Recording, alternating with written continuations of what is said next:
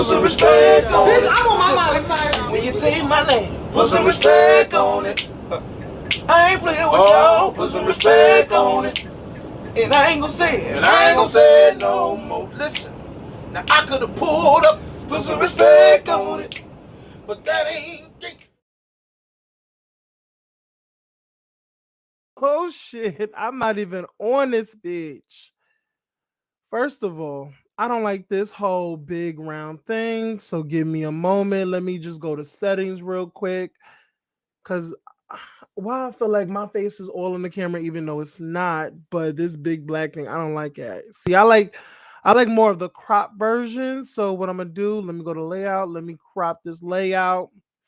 Cause I have this beautiful layout in the background. Let me also do this. So, hey everybody. What's going on? What's going on? Let's get into some things. Make sure if y'all watching this live or y'all watching replay or whatever y'all want to choose, I want y'all to like, comment, and subscribe. Subscribe to my channel, Aaron Wiles Out TV, where you can get a multitude of things, a wide array of content. Okay, I'm not a one trick pony. You can come here for anything: reactions, recaps, TV show reviews, all that whole videos, story time, some shady nights, sip and chill. It's like a multitude of things that I like to get into on my channel. And it's all here for your liking. So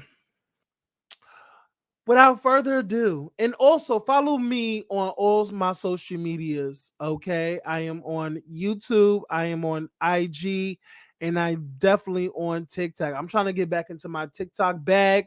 So y'all already know what we're here to talk about. We're here to talk about Kenya Moore.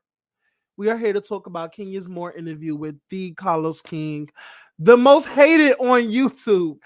I like Carlos. You have to like the girls do not like you, Carlos. And you take it with a grain of salt because the way these girls be tearing you up in their videos, even their fans video, the fan reaction to your videos, like girl, they don't like your voice, they don't like the way you talk, they don't like the way you promote. Girl, they are sick of you, Carlos. They are sick of you. Now, honestly, you really don't annoy me that much, to be honest. You really don't annoy me. I take anything you say, you know, in one ear, it goes out the other. Cause I feel like you just like to hear yourself talk a lot, and it's okay. We all love to hear ourselves talk once in a while. But the girls hate you, Carlos. But listen, I'm not one of the girls, all right? But anyway, you guys, let's talk about Kenya's Moore interview with Carlos King part 2. Now, I'm gonna say this, y'all. I gotta say this. I watched it the first time at work.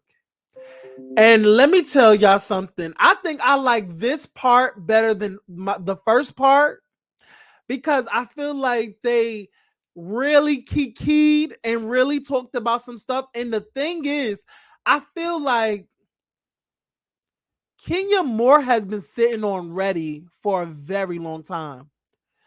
I feel like she's been holding back what she had to say because you are still at work, so you have to keep some things to your chest. Basically, what my manager told me today. Basically, you have to build a case. You have to build the case, and then you hit them over the head with it. And I feel like Kenya is hitting the production team at Bravo over the fucking head. She has had it enough. You can tell when she is like so sick of certain things happening and people being protected, protected, and just a multitude of things that Kenya is feeling, and she feels like it's unfair. And it's so it was so mind-boggling to me. It's so crazy is that this is unfair treatment, because that's what it is. It's not about racism. It's not about none. It's unfair treatment. So it's so crazy how people can acknowledge the fact that Kenya is saying the same things that Nene has been stated, but it's always a but with Nene. Oh, but because Nene burned the bridge, or she didn't go about the she didn't go um she didn't go about it the way people wanted her to go. But it's like at the end of the day, it's still saying the same thing. Hey, low key, hey, boo. I really just feel like they both are saying the same thing, and it don't like they are not wrong for expressing themselves, or however they choose to do. Yes, what Nene did probably cost her job. But what if she, like, I'm just saying, just hypothetically, what if she saw no means to do anything else? Like, I think once you sit in something for so long, you kind of feel like, oh, you know what? Let me back away because I'm tired of it. Because you can have the conversation over and over, but if there's no changing, then it's basically like you saying fuck me to my face. You're throwing the middle finger in my face. And I feel like that's the thing that is hurtful to Kenya. Because I feel like she has said this to people, or she probably have took it and took it, and this is probably the first time she has done. This is the first time publicly she has really came for the production. But my thing is, and I want to ask y'all, the viewers, do y'all want somebody to sit in it and play the game and not express their hurt until they had enough of the bullshit? Or you want somebody to talk to the people about it, and you keep talking to have a conversation, and then once you blow up, and it's probably not the blow up that y'all perceive to be, like, what's the word I'm looking for? It's not it's not correct. How a person go about it wasn't correct. Which one do y'all prefer? To sit there and take it, or have the conversation in the beginning, and then if they don't do it, then blow the fuck up? Which one is best? Y'all probably gonna feel like, you know what, sitting there because you still have your job. And why I say all this is because what Kenya just stated on the Real Housewives of Atlanta, no, not on the Real Housewives of Atlanta, what Kenya just stated on the Carlos King, on Carlos King's platform,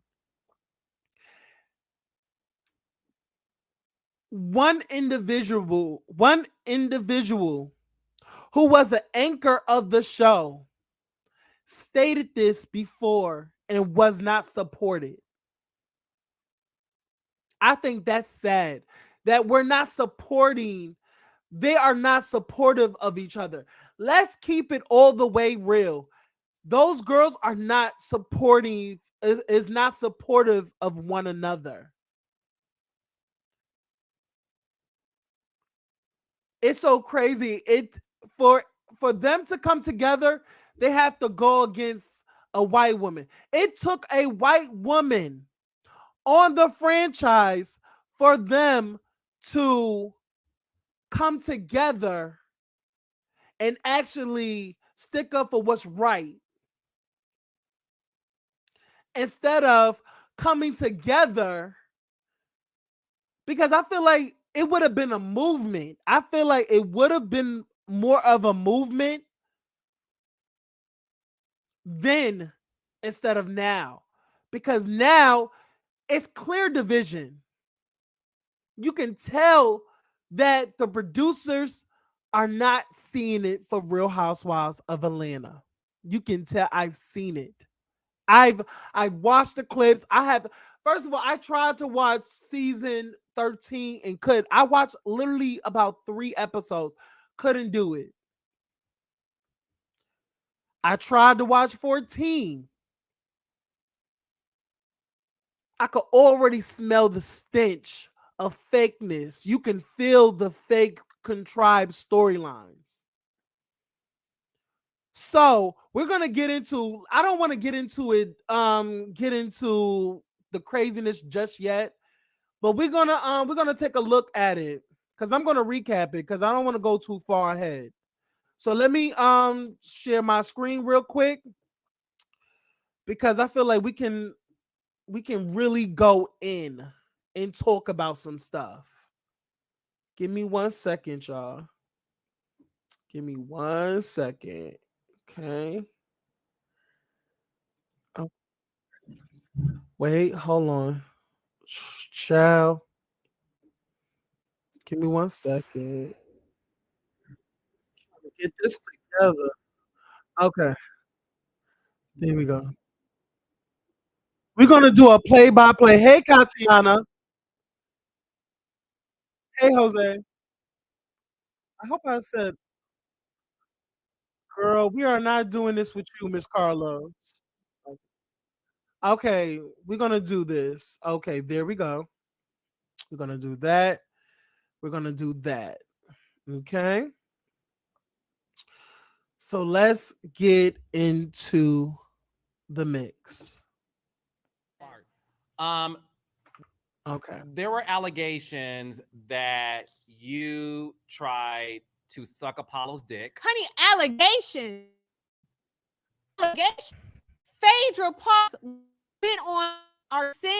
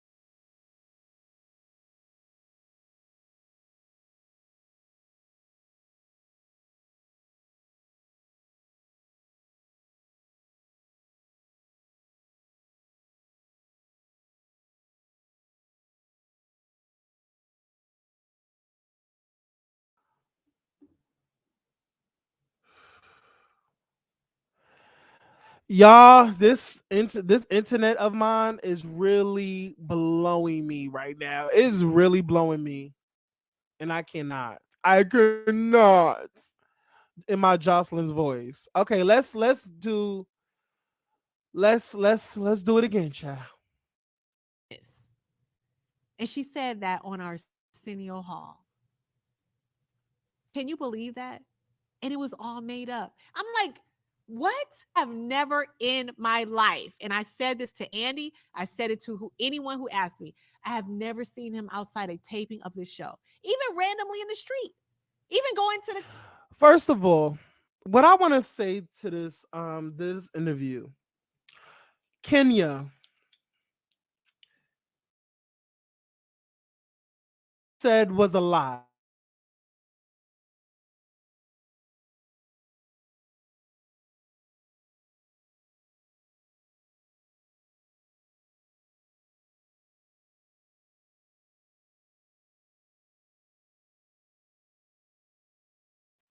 Do anybody remember how season 5 started? Okay. I remember Kenya was enemy number uno. She was doing a lot of things. She was doing too much. And I understand now that she had to do too much because of the fact that the other girls was not filming and how the production team asked her to do the scenes because they wouldn't have a show. We wouldn't even have a season 6 if it weren't for the girls coming together. If it wasn't for Kenya and Portia, we wouldn't have a season because of the fact is the girls rallied together because they was on strike because of the whole Kim situation. But let's be real. Kenya, and people said it back then, Kenya, because you have a background in acting, because you were a extra on all these TV shows and movies, and you were a producer. You produce your own movies, babe. People felt like because when you came on, you were producing yourself. And people was all gung-ho about that. People loved you because you're shaking it up. You're shaking it up. You're doing things that is unnatural that many people wouldn't even think of doing. And I feel like you played in this character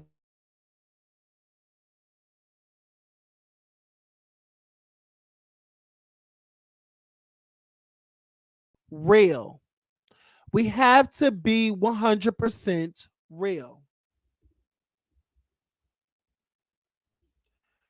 Kenya, the way you were rewriting history in some parts in this interview really mind boggled to me because baby, you were doing team too much with Apollo. And I feel like even when you and Phaedra fell out, I feel like you wanted to sock it to her because you were hurt because of the fact that Phaedra was fighting back. Phaedra was fighting back with like she was matching your energy, Kenya. How you disrespected her. Remember how you body shamed? Because and that's the thing about Kenya. You like you're not the only one that has been body shamed. You have body shamed the hell out of people. Are people forgetting how she body shamed Phaedra with the donkey booty DVD? And this is when Phaedra was pregnant with Dylan. Do people not remember that? Phaedra pregnant with Dylan. She just gave birth to Dylan. And when she wanted to get her body up for mothers and everything, and Kenya wanted to help her. And then when Phaedra did not want to use her services anymore, I don't care what happened, what was the cost or whatever, I don't care about nothing. But when Phaedra didn't want to use you, didn't want to use your services, you went on a campaign to destroy Phaedra. You competed with her with the donkey booty thing. You try to take her idea. Remember how you was taking ideas from people? People was like, "Oh, I'm gonna do this. I'm gonna do this." And here you go. You was gonna do this. You was gonna do that. Like, let's be honest. You and Phaedra was socking it to each other. Y'all were both fighting fire with fire. And at some point, someone was going to blow their heads off. The whichever one it was going to be. Either Phaedra blow your head off or you blow her head off. It just so happens that Phaedra took herself out. But Kenya, let's not do this. Let's not rewrite history. Let's how people wanted Nene to take accountability. Let's take accountability for Kenya as well. Let's stop trying to go on this I hate Phaedra campaign. Oh, Phaedra's this, Phaedra's that, Phaedra's this. But let's talk about what really went down back in those seasons and what we saw. But we're going to continue.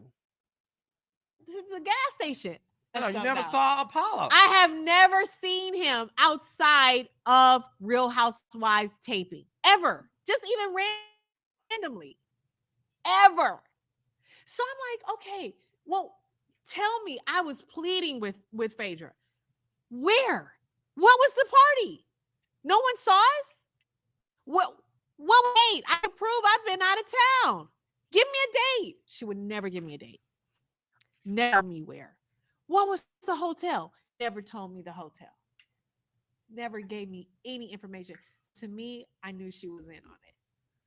I knew it wasn't true, but she wanted to destroy me. Child, y'all wanted to destroy each other. It's the playing the victim for me, the victim role. Like, oh, I understand that you have like childhood trauma with you and your mother, but not everybody is out to get you, Kenya.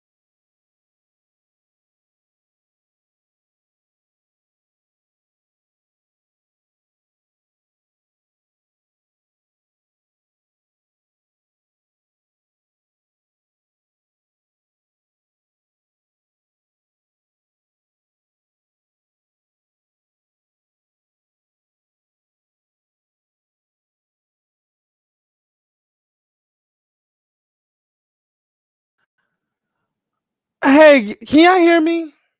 Can y'all hear me in the chat? Can y'all hear me on the chat? My internet is really wonky and I don't know, like it's just making me so irritated right now. I'm gonna try one more time. If it do not give y'all, what I'm gonna do is I'm just so in the morning, like if my internet acts up again, if my internet acts up again, I'm going to just shut it down and then I'm gonna just what I'm gonna do is just do it on my own instead of live. I'm gonna do hey Lemon Kush. Hey Lemon Kush. I'm gonna just do it on my own and then I'll edit it what I have to edit. And if I don't have to edit, then it is what it is. But the fact that my internet it keeps acting up and it's pissing me off is just really like it's literally bringing down my energy a little bit. I'm not even gonna lie, but okay. But let's keep it going. If it acts up, I promise you, I'm going to stop it. I'm going to stop it. I want y'all to have a great night. But you know, yeah. All right, let's keep it going. She wanted to destroy Candy because she said something against her and she did not like it. That is a fact. On everything I have, I know for a fact she knew it was a lie. Recordings just got better. Hey, it's Dana from StreamYard. I'm so excited to. Apollo told me that it was a lie. And I want to be very clear. The reason why that all came out is because one thing about the show at the time, we took pride in making sure that if something could clear the air, let's do it. Yes. Let's not allow a lingering rumor to Yep. continue Mhm. without Addressing it. and really seeing like it's not he say she say. I don't like he say she say. Yes. I Where like the facts? They would never give me the facts, and that's why I was like, I know what this is about. Let's not pretend I'm Yeah. stupid here. I know why you're not giving me any information. Oh well, I gotta go with my husband. I gotta just go ahead and listen away. No, you don't. No, you don't. No, you don't. No, and he made that clear. He said it to me, and I said, "You telling me?" Let's be real here. Let's be real here.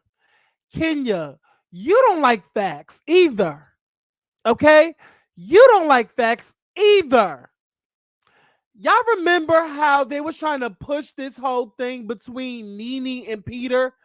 Oh, Nene was flirting with Peter. Kenya said that. Kenya said that on season 7. They were trying to make Nene and Peter happen all the way back in season 3, season 4. Those are the seasons that Kenya wasn't even on. But she brought it up at the reunion to get back at Nene. Okay? Let's not play the games here, Kenya. Okay, people don't like the facts. Oh, they're lying. But girl, you're lying too because you like to push the narrative to one up the other person. So let's stop it. The same way you think Phaedra is taking you out, how about the fact that you do the same thing? When you're upset, when you're angry at somebody, you are willing to take them out by any means necessary. You're willing to make them look stupid. You're willing to make them look so freaking horrible. You will create lies. You'll be like, you will choose your words very carefully. But we all know what you're doing. You are a very smart, intelligent woman. Because black is just a color. You are a very intelligent woman. So, if you put things out there, a little scuttlebutts, people would lash onto it and run with it. You have done that many times on your run on this show. Let's keep it 100. The same way you're trying to call out Phaedra, baby, the same can be for you. Let's stop that. All right, let's keep it going. Is it going to work because I'm behind the scenes? I don't exist in this social experiment we call the Real Housewives, right? Mm-hmm. I said you have to tell Kenya what y'all don't know and tell me if I'm wrong. Mm-hmm. It took so many attempts to get Apollo to admit it on camera. He was nervous. He kept trying to I knew his intention was to say it. Mm-hmm. When the cameras were rolling, I said, you have to tell her. I brought you out of bar one. We were filming a bar one party. And I said, Kenya, you have to talk. I ain't talked to Apollo one-on-one. Carlos, I'm never going to do it. I don't need people to think was a setup. I'm trying to sleep with him. We're flirting. I don't do one-on-ones with somebody's husband. Yep. I said, Kenya, you have to trust me. He wants to reveal something to you. You said, Carlos, I do trust you. I'll do it. I brought Apollo outside. We were outside of bar one. He was nervous. He tried to say it.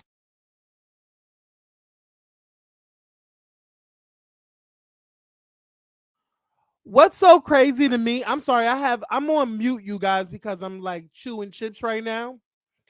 But what's so crazy to me is that you're not willing to talk to somebody's husband or do a scene alone with somebody's husband. But when you first came on, you was willing to do everything and anything with said husband. It's so crazy that you produced that narrative. You did. It's so crazy, and people are not calling it out. It's so crazy how she produced that narrative because you were on camera with this lady husband, pushing him in a pool. You didn't even know this man, but because he was attractive, you wanted to play along with him.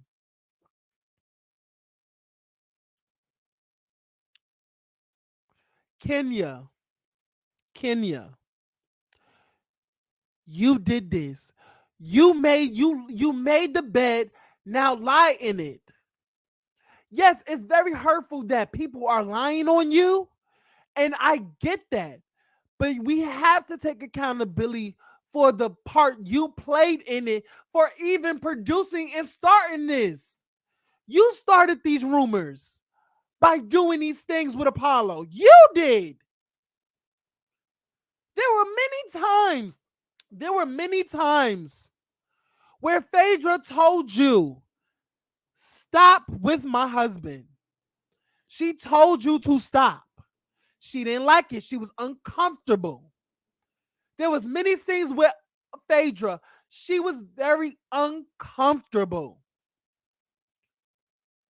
If you didn't see that, child, I know we did. We were uncomfortable.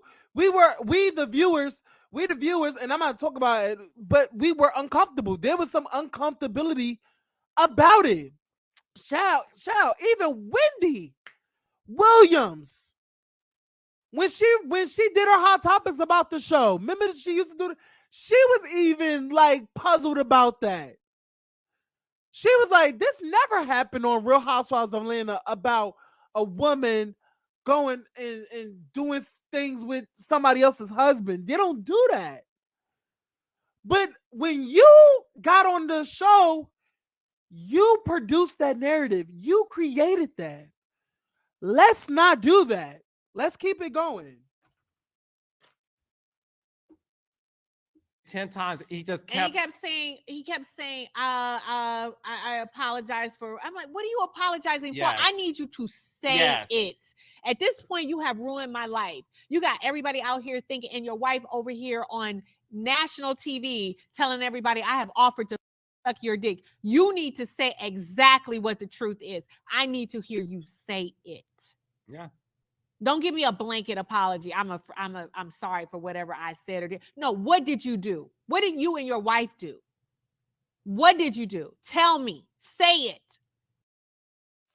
Most people have no clue that in 2023, the best way to make money on Amazon is not with physical. And I was not trying to hear it. Like I walked away several times and I said, I don't have time for this. That scene aired for 5 minutes. It took over 30 minutes to get that conversation because you really wanted him to say explicitly, rightfully so. Like if you're going to admit it verbatim. Yes. Because everyone thinks that I'm this whore. Yep. I'm this Jezebel who wants.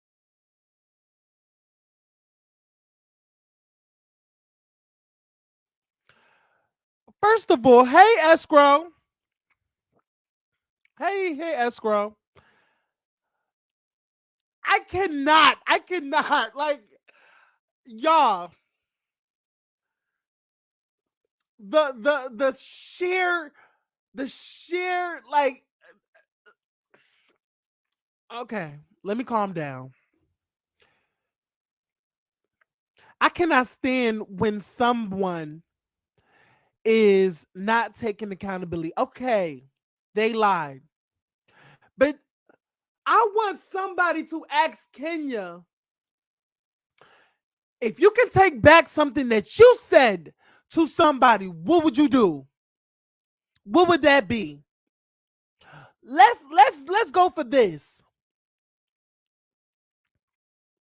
Y'all remember I think it was what season? What season was that? I think it was season 5. I think it was season 5 reunion. Do y'all remember what Kenya said to Apollo? I think it was season 5 or season 6 reunion. Season 5 or season 6 reunion. And she said something about take a test. Maybe your husband should take a test then. She said take a test.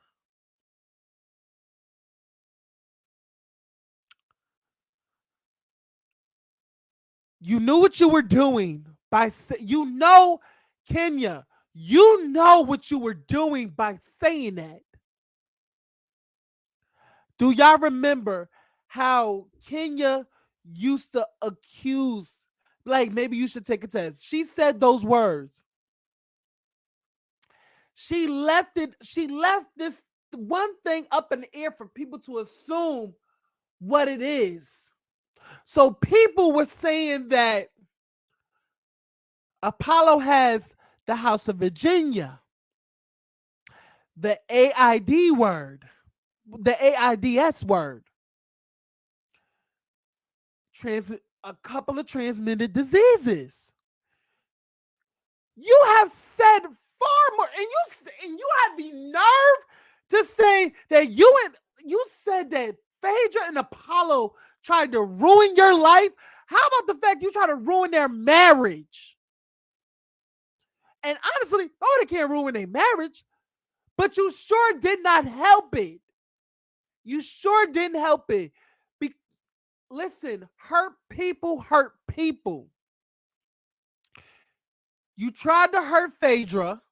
You tried to hurt Phaedra and humiliate her and embarrass her. And she did the same thing to you, Kenya. Let's keep it 100. And I feel like people are forgetting these little intricate details, these little intricate flashbacks. Like, our people don't remember these seasons. And I think that's what it is.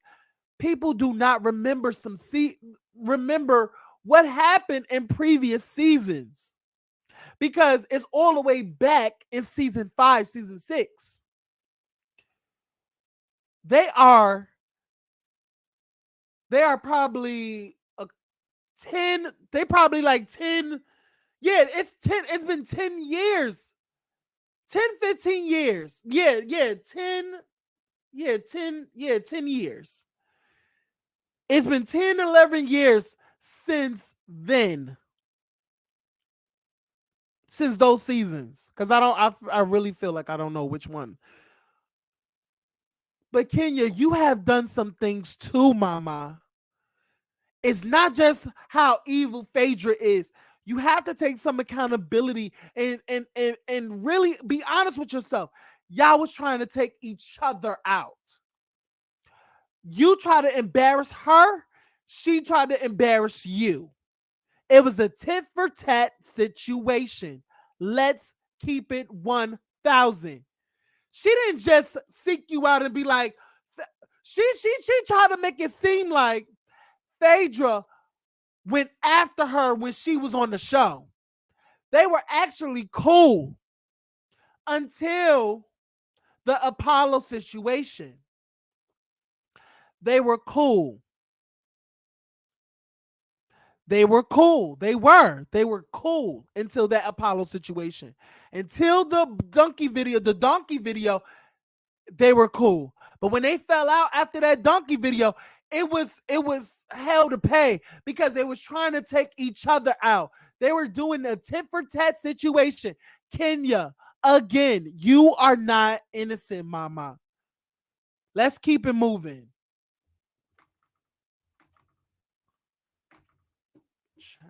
Wants to suck and marry praying man. on somebody out of Yeah, town and all yeah. that. That is And so not me. he admitted that it was wrong. And what I thought was so interesting is, although he admitted on camera, and this is the dark side of reality. Yep. There is a dark side. There's a dark side reality. People can spread a rumor, and it grows into life on its own. Yeah, people still think that it's true. I know, but Yeah. the moment people, the moment the fact, You know why they think it's true, Kenya? Because you created that. Okay? You created it in the beginning. This was your masterpiece. This was your masterpiece. You created this whole thing. Like, let's be real. People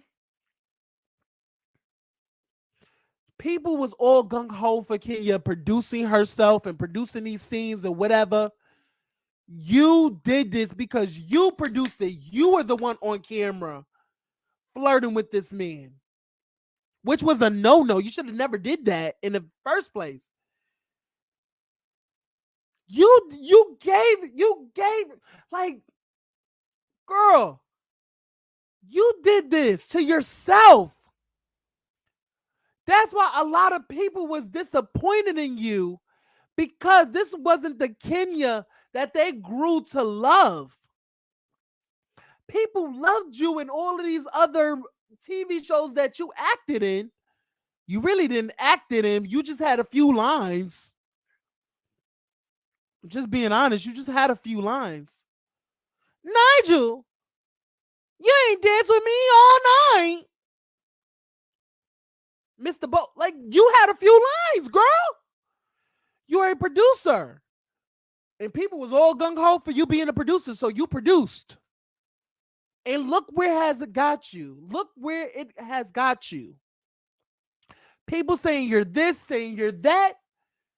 You're saying that people have ruined your life because of these lies. Well, it didn't come from nowhere.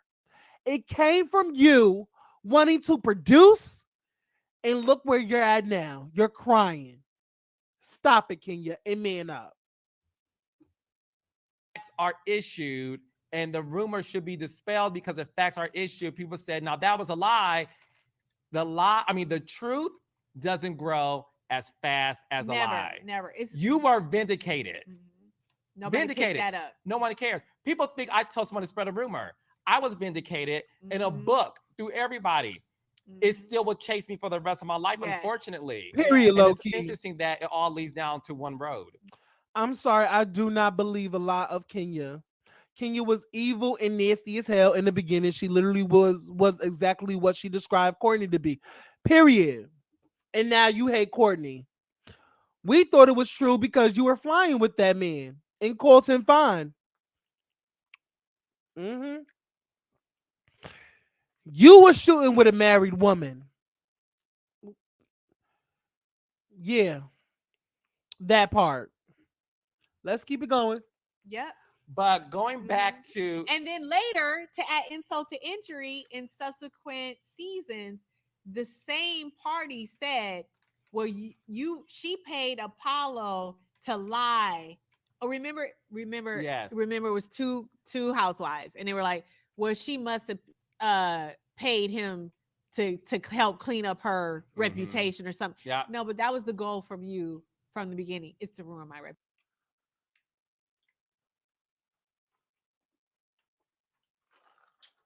reputation. That was your goal. So you're telling on yourself. So it was I called it. I'm never wrong. Do you realize I have never been on the wrong side of history with these girls? Never. I've never been on the wrong side of history. I've even as much as I have fought tooth And she said two housewives. And you know who that, because I remember it like I remember it. It was Nene and another person. I think it was Nene and Portia. Because Nene and Portia was talking after, I think it was said back to it was so it was brought back to the group. And I think Nene said, "Well, you probably paid Apollo now it's all good." I think that's what it was. I think that's what it was. Because during that season, Nene and Kenya wasn't good. So Nene was the one to say, "You probably paid Apollo. You don't never know. You paid for everything else, child." It was probably Nene and some other housewife. I can't think of a other housewife, but it was Nene, child. Let's keep it going. nail with Portia. I have love for Portia. And people think, oh, I remember having a conversation with Andy recently, and I was like, you really think I don't have? I like literally, I can look at her like she's my little sister. And truth be told, if she could change time in my head, it doesn't have to be in anybody else's head, but she would have wanted me to be big sis. It would have been me, big sis, and her. I mean, look at what she was doing in her life, where she wanted to go. I'll leave it at that.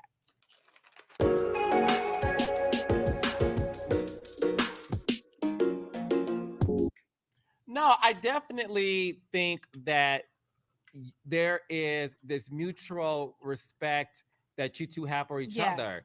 I never thought in a million years that it was that deep between you and Portia. I know Portia personally too.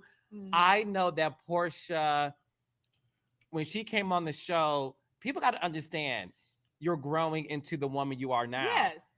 Portia was I have to agree. I think in a perfect world, I have to agree with Kenya. In a perfect world, I feel like Kenya would have been the perfect person to call Big Sis because of the fact that Portia, I think even Portia said this. She really had love for Kenya. Like she didn't like the fact that they got into it.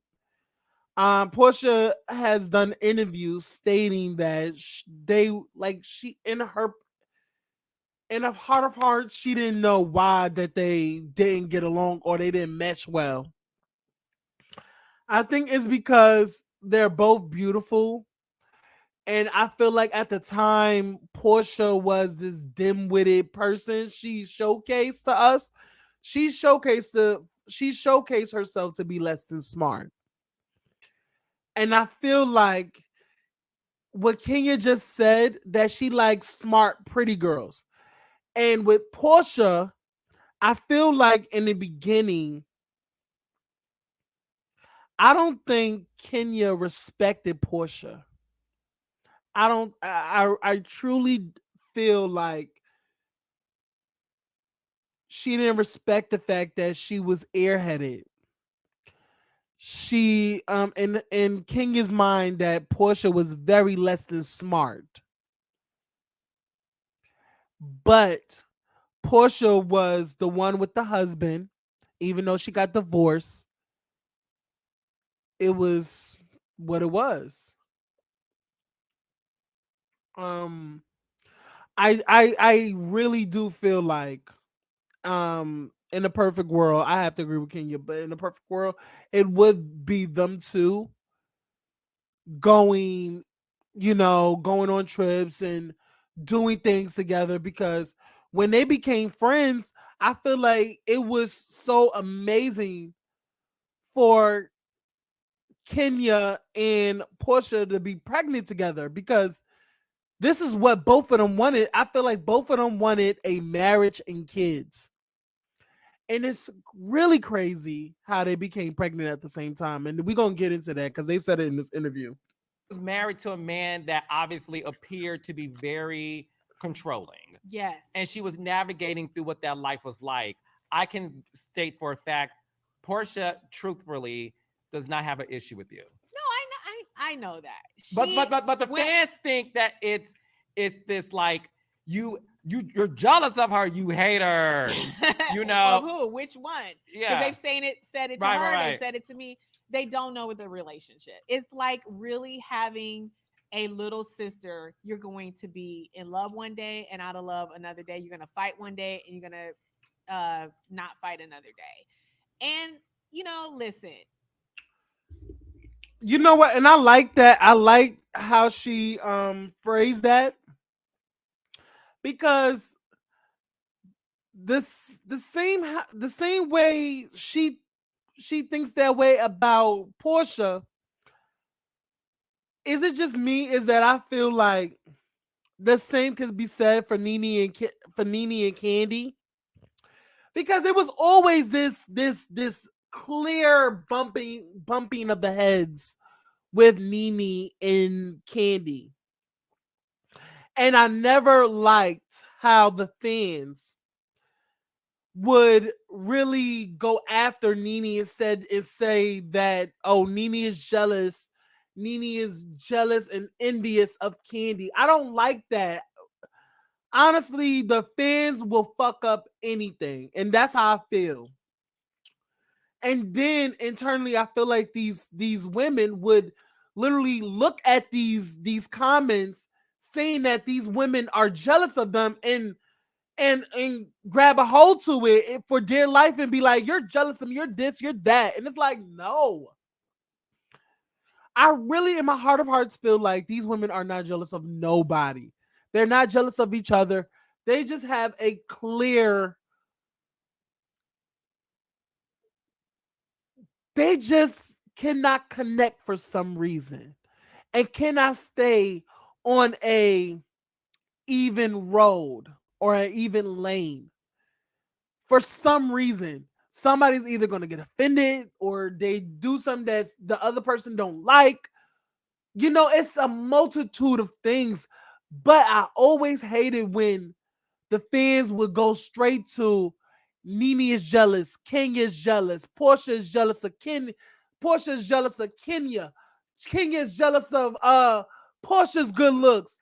And it's like this whole thing about jealousy, and it's like enviness and all this nastiness. Like, I don't like that. I really do not like it. And it's so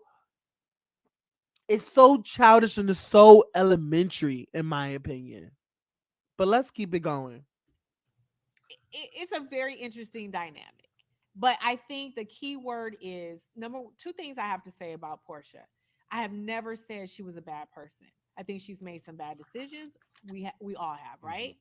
But I have only said two people on this show in this entire time I've been on the show are not good people. She's not one of them. Who are the two people that aren't good people? I think you know. Well, of course I do. Ciao, Phaedra and Marlo. Duh. Phaedra and Marlo. Duh. Let's keep it going. I'll leave it at that. And I'll have to say, with one of them, I agree wholeheartedly. Yes. But with one of them, well, she can be talking about Courtney as well, because Phaedra, she's okay with. She don't care. She don't really. I feel like she don't really have an issue with Phaedra, because I remember her and Phaedra taking a picture together. So they really don't have beef now till this day. They actually don't. But I feel like one of them is Courtney. I think she feels like Courtney is a bad person. Maybe. Yeah. I think Courtney is the bad person. Because even Carlos don't even like Courtney. So I think it's Courtney. I think a lot of people think that it's is Phaedra and Marlo. And he said one of them I agree with. So I think I think in his mind he's thinking that it's Courtney. So just want to say that. Go ahead. yes, I think you know who they are. And the other thing about Portia, she has never hit me below the belt. I don't believe she's ever hit me below the belt. Like she's hit me. No.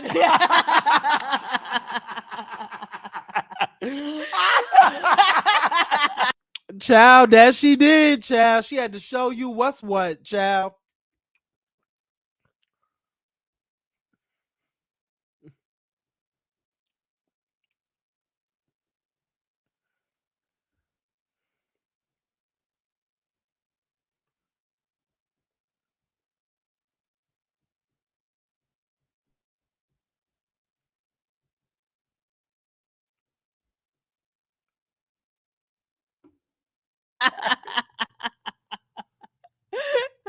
Well, she pulling my hair. Right. We'll get to that too. Right. But Yeah. she, listen, in terms of like the things that I wanted most in my life, my child, my marriage, I don't recall a time where I have felt like she hit me below the belt. Like I can say she didn't support me in those moments sometimes, but the willful hatred or trying to hurt you in a really direct way, she's never done that to me. Do you? And when they have, Yeah. is when I know I see you. I see what you're trying to do, and it won't work. When she pulled your hair, real talk. Hmm. We talk about how you were season 5, seeing the episodes air. You're disappointed with what's being shown. Is new to you. She pulled your hair. This is season 6 reunion. Obviously, it's a moment that will forever be replayed. Hmm. Did it take a toll on your mental health? Oh, absolutely. Because when you live through a situation like that, like I am a former Miss USA. What I have always said, I'm not going to be that girl fighting on TV. I will fight you with my words all day long. I don't care what anyone does to me. Don't put your hands on me, and I will do the same. And that's not what happened. And so, where you think that there are limits and barriers, and we all understand we are working here, we are not on a street corner.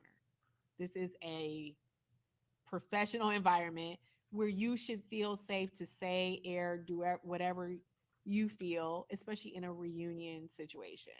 But when, we can argue this back and forth. Child, let's not you saying now, can you?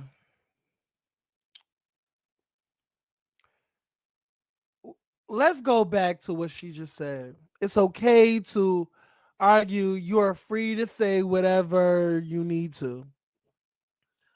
Are you sure? Because I don't think people are free to say whatever. It has a limit. It has a limit to anything. So you're not free to say just anything and think that you're just going to get away with it. See, that's how you think, Kenya, because you're at work, that it's okay to say whatever comes to out your mouth. And you don't think that everybody is different. Everybody is definitely different. You can't say these things to a person that is going through stuff, because Portia, at that time when you were coming for her, she was going through something. She was going through marital issues. Her husband was divorcing her on that reunion. Do y'all not remember that literally after on that fifth season reunion, Cardell Stewart was filing for divorce from Portia. So while you were antagonizing her and attacking her, she was going through a divorce. She was going through a divorce.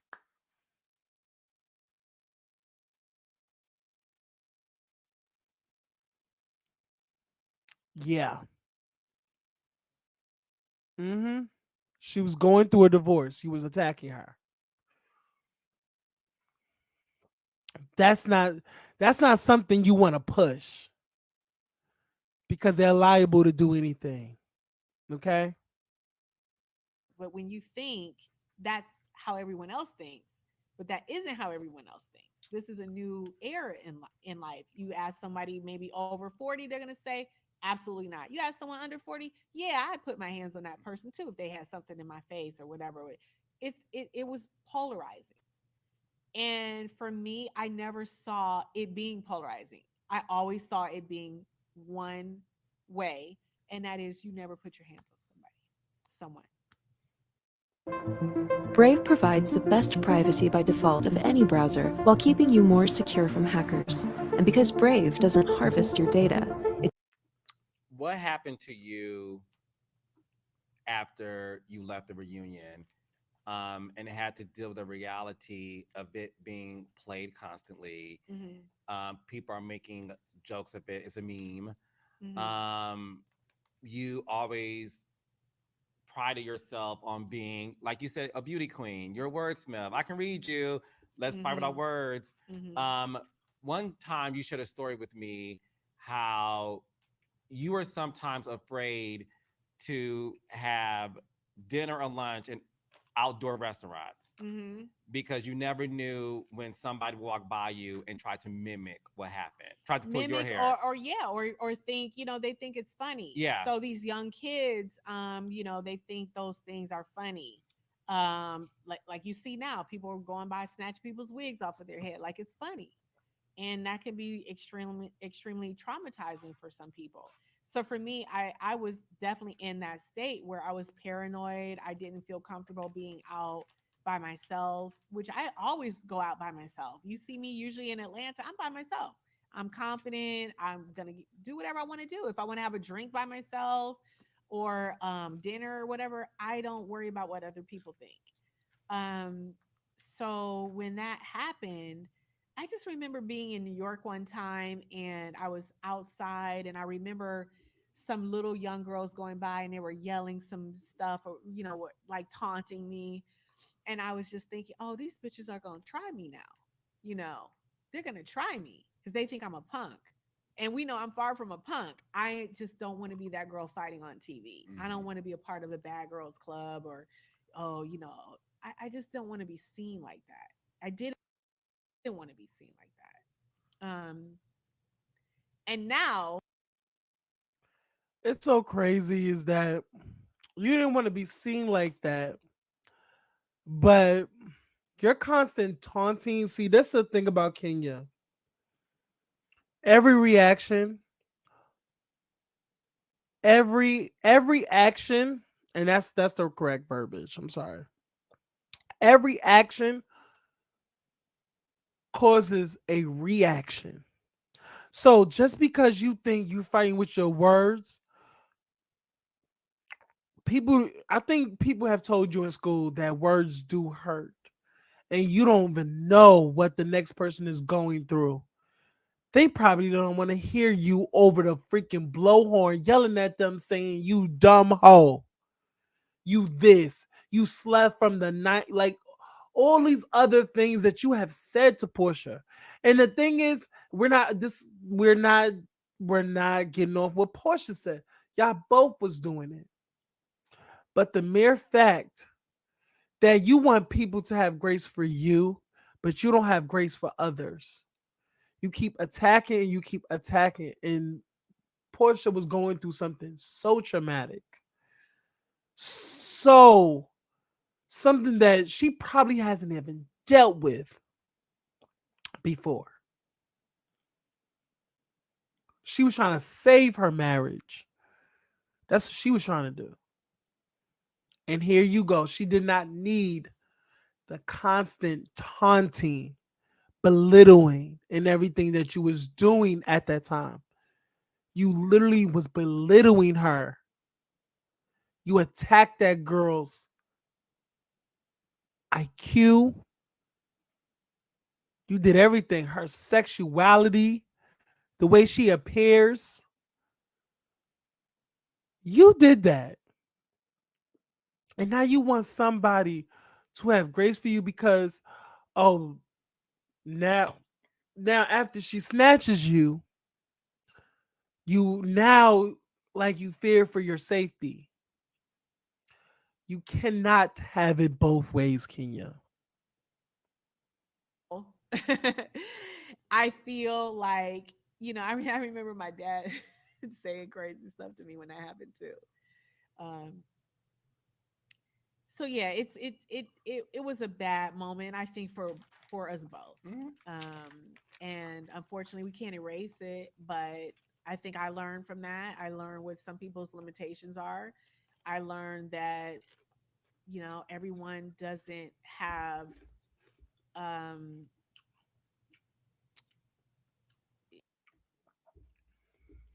And that was great to hear. It was really great to hear that her, now she knows what people's limitation is. Okay, she knows now not to go too far, to back it up and read the room. So let's go. everyone doesn't see the moment the same way as you. And to be fair, I believe at that time Portia was really going through a lot that we didn't know. Remember, that was the Absolutely. year that Absolutely. the Cordell thing, Yeah. the divorce. She didn't. I don't think that she wanted a divorce. She didn't want to give him his last name back. It was a lot going on with her, and I Mhm. think I've seen that in myself, having gone through this situation with Mark being stifled. I feel like that is somewhat paralleled, because and that's why I felt most disappointed, because I didn't feel like she supported me when it came to my husband, because we were in the same kind of relationship where you had someone controlling you. Mark and Cordell has similarities. Yes, in our relationship. Yeah. And I just felt like you, of all people, should know that. And if you're being my friend, why are you not supporting me? Why are you letting people laugh and belittle, a marriage? Which, what she used to always say, oh, the sanctity of marriage, how serious she took her vows. I felt the same way. This is not for play. This is my life, and this is what I've wanted all my life. And I know that she prides herself in being a wife, and I did too. It was so many things. See, I probably have a different perception than Kenya. Well, just watching it. So Kenya don't feel like Portia supported her because she was there laughing with other people. But I don't see it like that. I just felt like she was kind of confuzzled that the strong, smart, independent woman herself was so submissive and so delicate when it comes to somebody, come to a man, especially her husband. I feel like I feel like it all took us aback when you were so meek and so mild to Mark, because you were so strong and you were so this and you were so that, but you were so timid with Mark. I feel like it was a disconnect with your personality. We didn't understand why you why you did the things that you did in season 10 with the whole when Mark was coming around. I think it was 10. I think it was 10. Was it 10 or was it 12? Cuz I think 12 is when Mark came around. Yeah, that's when it was. Mark came around season 12. So I think that's when y'all friendship fell apart, because it just on the outside looking in, if I just feel like it felt very crazy to me. It felt crazy to me, and it felt crazy to the viewers, that it was two different Kenyas. It was Kenya, then it was Ken. I was like, what's going on here? What the hell? Like, like, Kenya, I need you to snap out of it. You weren't the same Kenya in our eyes. So it was kind of like, wait, she's not hooping and hollering, she's not twirling, she's not doing, she's so meek and she's so mild. Hey, Mr. Pretty. Right, yes.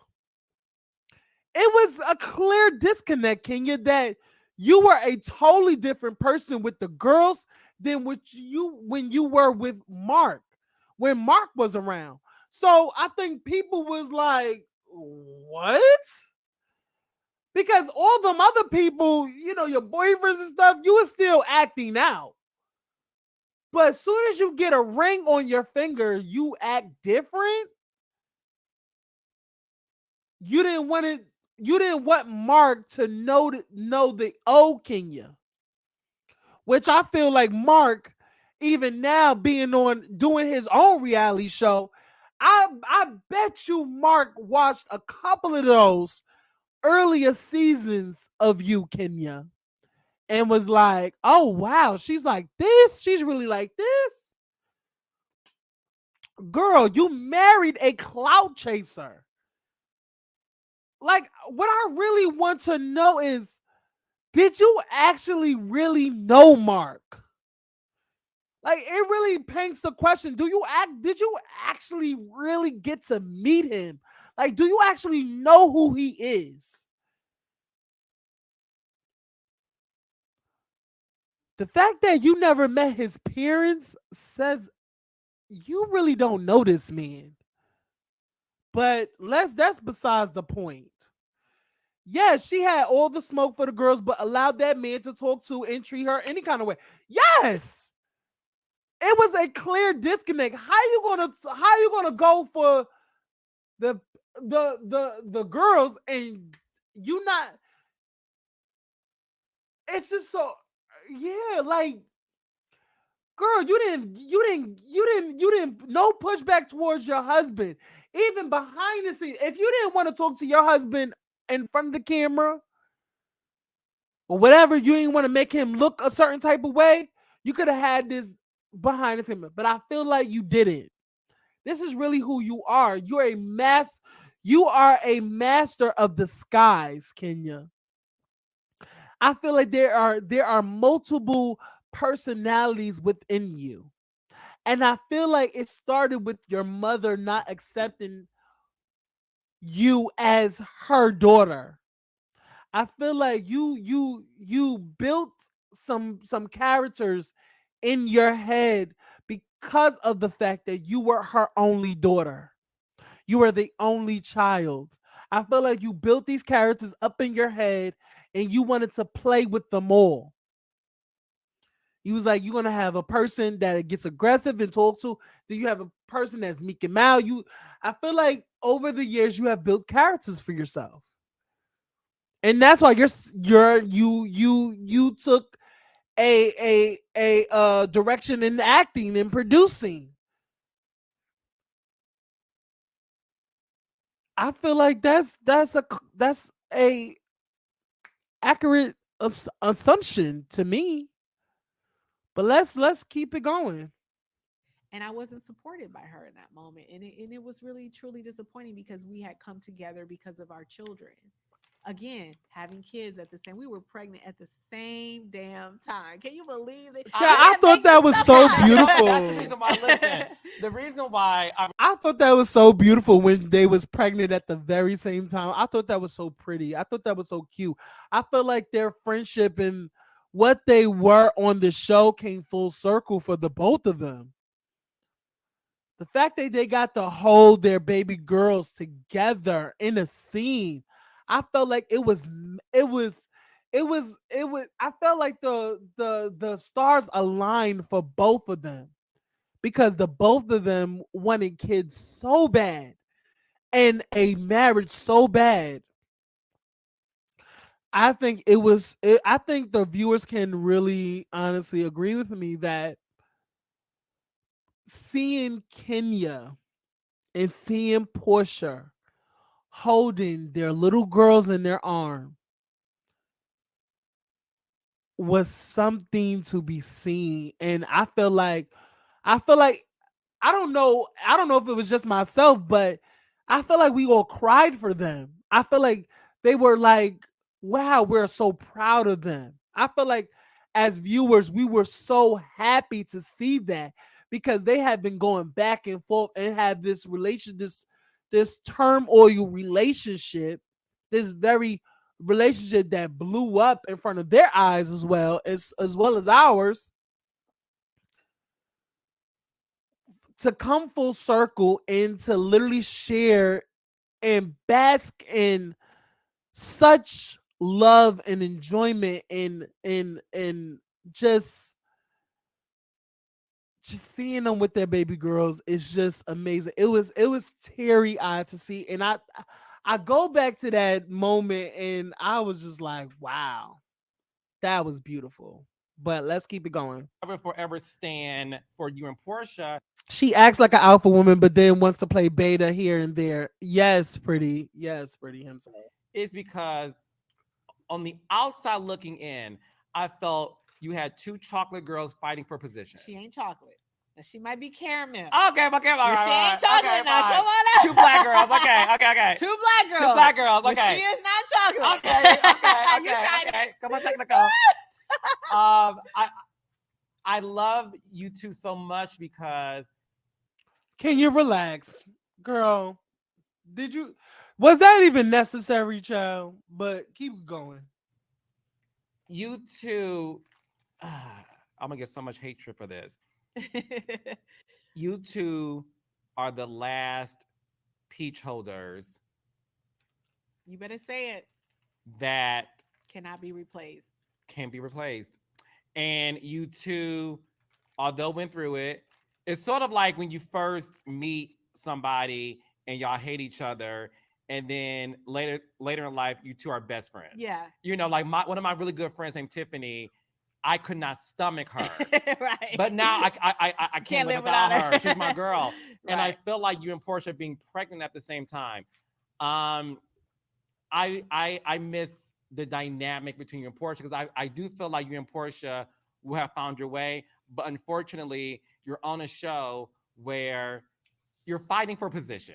And sometimes the lights, camera, action can make you go there a little further than you would have if there wasn't lights, camera, action. Agreed. Because of the environment that you're a part of. Pushing you to do so. Pushing you to do so, to make good moments for TV. Yep. But you have to live with it for the rest of your life.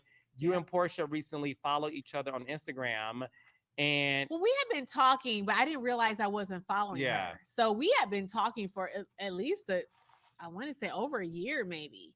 But she didn't tag me on something. I was like, "Are you trying to be shady?" You know, because other people noticed too. And she's like, "Well, no, you know, Portia." And then I looked and I was like, "Well, you're not blocked." And then I realized I wasn't following her. That doesn't prevent someone from tagging you. But I was like, okay, well, let me follow her. I didn't know I wasn't following her. So then that's how that happened. Yeah. do you miss having Portia on the show? I do. Yeah. You know, she is, I mean, listen, like you said, to me, we broke the mold. When we became a couple, season 5, no other housewife has been able to stick. No one. No shade. No Sade. No Sade. She's right on that. These girls got a couple of seasons. It was never multiple. I'm with you when you're right, Kenya. I'm with you when you're right. Get 1 season or 2 seasons, and I'm not saying it's because they didn't deserve to stay, but it just didn't happen that way. And the ones that are staying is a big question mark. Do you feel like Drew Sidora and Sonia Richards-Ross deserve their peach? Deserved it or deserve it now? Do you think they just Let's have a conversation? Okay. When you learned, Girl, Kenya. Now, Kenya. See the word, like, we have to watch out for that, Kenya, because the wording, the wording matters to her. Because she don't want to mess up any relationships going forward if so choose to not come back. Feel me? So she's playing it safe by choosing her words carefully. Kenya, be real. You really feel like they really do not deserve their peaches. Let's keep it all the way 100, Miss Kenya.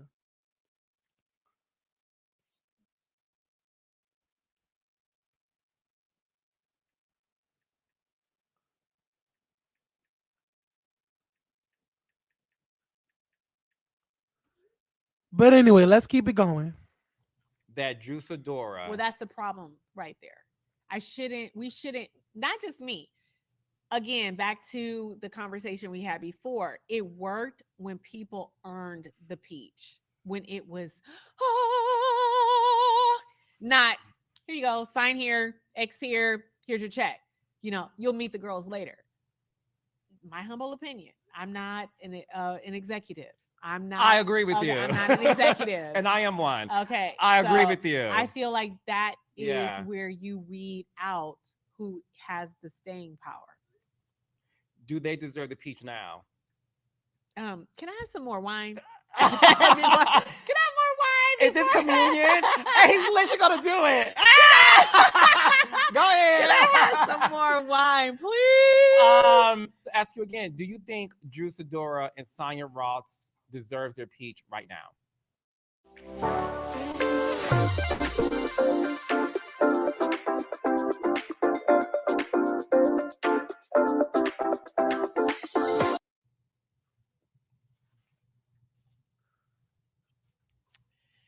Girl, she is so dramatic with the long pauses and doing too much. Bitch, answer the question. Nah, bitch. I ain't mean the bitch word. I'm sorry. I just got really hyphy right now because I feel like you're doing too much, Kenya. Kenya, you are really doing too much. Stop it. Throwing rocks and hide her hands. She's playing Carlos top. No shade, Mr. Pretty himself. I feel like it too. Like, stop with the dramatics. Like, she's so dramatic for no reason. Like, ugh, gross.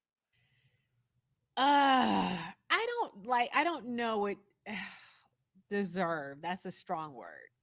Deserve. Meaning they I can't earned say it. I can't. Okay, now that's different. That's a different word. Earned it. Well, no, they didn't shoot with us before. So I would have to say no to that simply because of what I've said previously. I think it worked best when people auditioned for a while and they earned the peach. The same way I did, the same way that Portia did. I Are you agree. shocked that some peach holders still have a peach and that Claudia Jordan only made it to one season? Claudia definitely deserved more than one season. Eva definitely deserved more than one season, 2 seasons. Or I can't remember how many was. She shouldn't have been fired, in my opinion. She can read. She's beautiful. She has a great family. We're really friends. Girl, let me just kick it to you, cuz. Let me just kick it to you, Kenya. The reason why Eva didn't work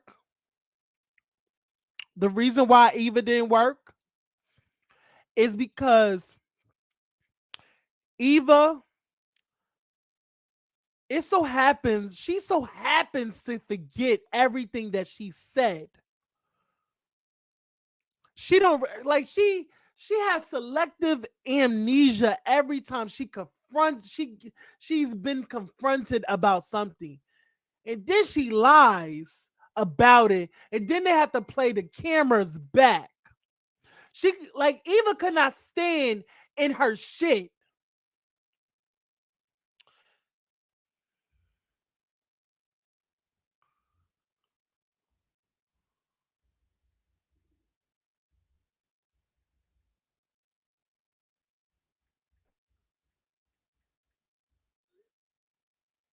Like, let's be real. Like, stop it with the Eva.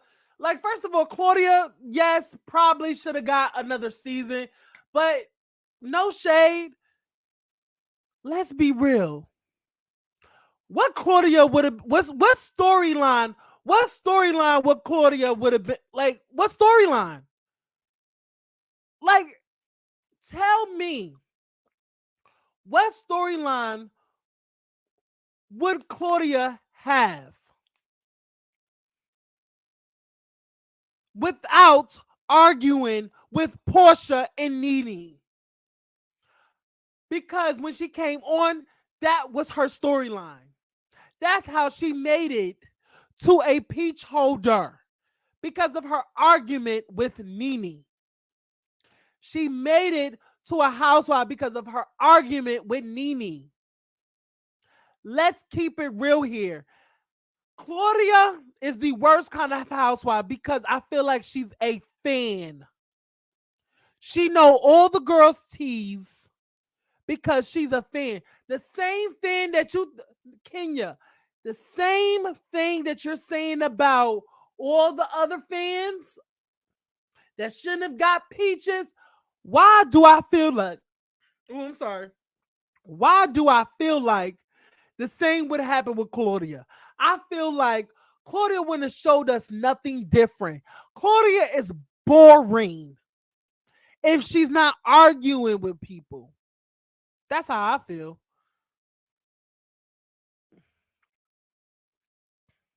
She would have kept making digs at Nene. She would have kept doing that. It would have been petty. Like, I felt like we would have got annoyed with Claudia because of the fact that we got annoyed with her. Like, I feel like a lot of people champion Claudia because of her read with Nene, but didn't we like kind of like fell out of love with Claudia because she kept pressing the issue with Nene? Every time there was like shade and she just kept doing things to get Nene's attention and it was annoying. I feel like Claudia would have been with all the other fans. And that's why they wanted to bring her back as a friend because there was no story there. There was no story there.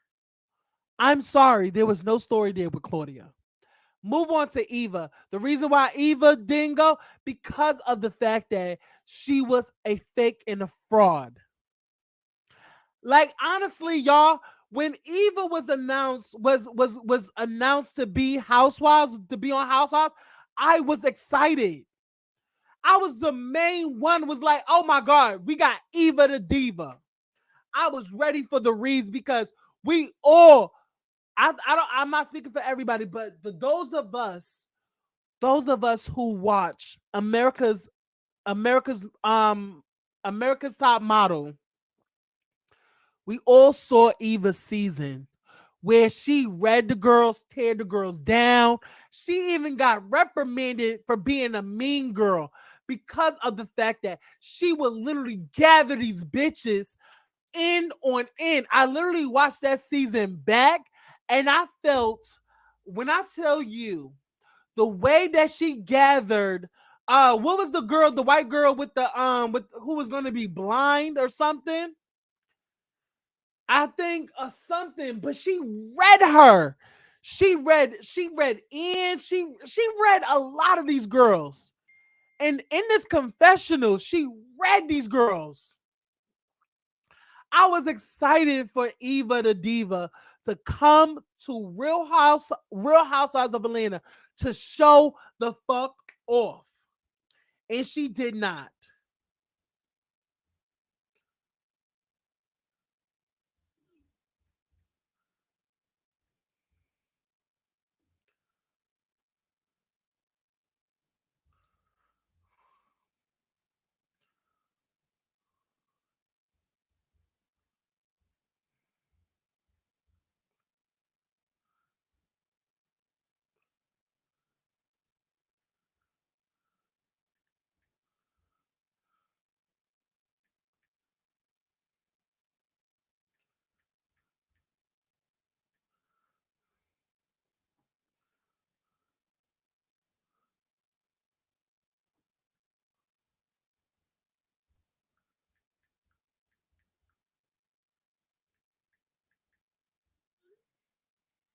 I'm just saying, y'all, like, let's be real. Eva, Eva got tiring after a while. Eva did not show her authentic self on camera. it was so watered. Like I feel like Eva watered herself down because she didn't want to come across a certain way. Like there were times where Eva the Diva poked out when she read Portia. I remember, I think it was Eva the Diva, Candy, and Cynthia. And I think who was that trying on dresses? I think it was Cynthia. Baby. I think it was a dress. It was just dress fitting. Eva went so hard on Portia. She went hard on Kenya. She went hard on Kenya and Portia. Read both of them effortlessly. Read them to pieces. That was the Eva the Diva that I know. But there were parts where she went in and out. Like she wouldn't do it. And I was like, why the fuck are you not? Like, what's going on, Eva? And I understand that she was pregnant, but girl, you got that smoke while they're not there. Why you don't have smoke for them while they're here? Oh, you ain't want to be stressed, but you stressed yourself out, chat. But whatever. I just feel like Eva fucked herself up in the long run. Let's keep it going. So that was kind of heartbreaking when I say we, when I lost Eva, you know, when we lost Eva. And what was the other part of the question? When you look at Claudia Jordan, Eva Marcel, Yeah. Peach Holders, who significantly had great seasons. Yes. Claudia Jordan only had one season. Yeah. Nene said that was one of the best reads she's ever had was for the Claudia. Oh. Claudia only had one season. Mm-hmm. Eva, and I spoke to Eva before she wasn't back on the show. I said, what's going on with you? And she said, we need you back on the show, Carlos. I said, bitch, how you know? You never worked with me. She said, oh, bitch, I heard about you, ho. We need you back on the show. And I said, I need Eva from Top Model. I need WB But Frog Eva. she brought it at that virtual reunion, though. Amazing. She was amazing. She was showing you who she really is. See, I know who Eva really is. Me too. So when she came out first season and she's being, you know, humble, I wasn't in that first season. No. You see, she wasn't. We know the real Eva. See, that's why she wasn't herself. So why the fuck would we want her back if she's not gonna come as her authentic self? Yes, Tyra said that. Oh, I know what Eva can do. I've edited her. I was in the editing room. So when she showed up for Real Housewives, she wasn't the Eva the Diva that we all came to love, came to know and love. She wasn't showing up as her authentic self, and it just drove me crazy. So no, if you're not gonna come as your authentic self that we know you to be, Eva the Diva that reads the girls down to smithereens, we don't want you. No shade. Let's keep it moving. She was a housewife. Yeah. And I'm watching her and I'm like, that's not Eva. No. Like that's even not Eva. Tyra Banks said on Watch What Happens Yeah, Live. I know. Yeah, exactly. That's not Eva. Then by the time that second season and I was involved and I was determined to hate her because I didn't like something she said or whatever, I was like, oh yeah, I'm gonna get her. And by the end of that season, I was like, that's my girl. Like I thought she was a great fit. I agree with you. Great fit. She had everything: the beauty, the brains, the she could give you a tongue lashing without even batting an eyelash. You know? Yeah. So.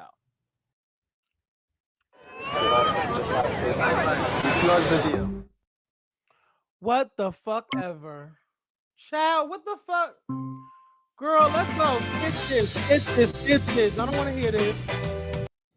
And the gays have to love her too. No, we love Eva. We love Eva. I mean, come on. All the Queen's men, honey. Yes, we love you, okay, Eva. Come you on, better BET say Plus. Did Marlo Hampton single-handedly ruin the past 2 seasons of The Real Housewives of Atlanta? Child, would you get out of my head? Honestly, I don't even have to think about that question. It is a yes. The problem is you cannot make a fan, a housewife. The problem is, it is a reason why you didn't get a peach for 10 years. When you start coming for somebody who is 10 years a star, that's a problem. Child, let me tell y'all this. This is the part where I replay this back because Carlos King, if you're looking at this, what was edited out? Because I really wanted to know what the hell she said. It's probably something damaging because that edit was trash. No shade. I wanted to know what the fuck you edited it out, Carlos King.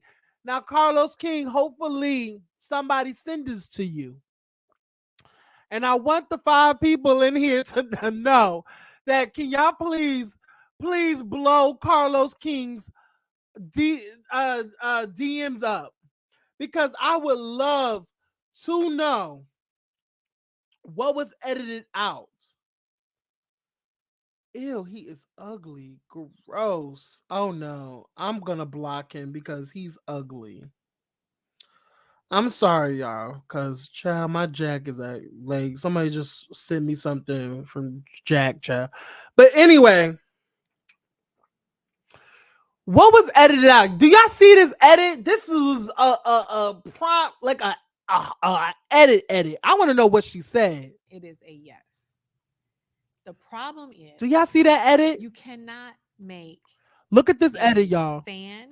Because a it housewife. went from her saying something and then it The went problem to is, it is Carlos a King reason to why you drink didn't it. get a peach for 10 years.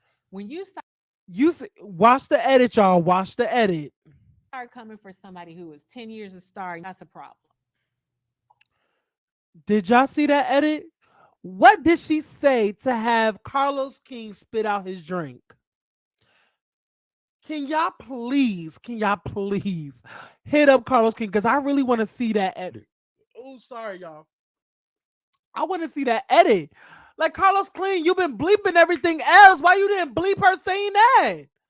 I wanted to hear what she said, and what she, like, girl, I'm so, like, maybe I'm just so, I'm so acquisitive.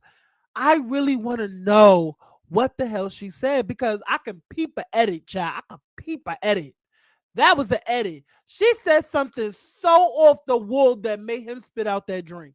What did you say, Kenya? Carlos King, can you please, like, listen, just DM me the clip. I want to hear it for myself. I won't play it for nobody else. I won't put it on my shorts. I promise you. Like, I will sign an NDA. Please, can you send me the DM? I don't have no problem with you. Listen, I don't have nothing with you. These other girls on YouTube have something with you, but I don't. Please, can you please give me the edit? I am so interested. Like, I was literally at work, like, girl, what did she say? I was so interested. What did she say to have Carlos King edit that shit out? But whatever. Let's keep it going.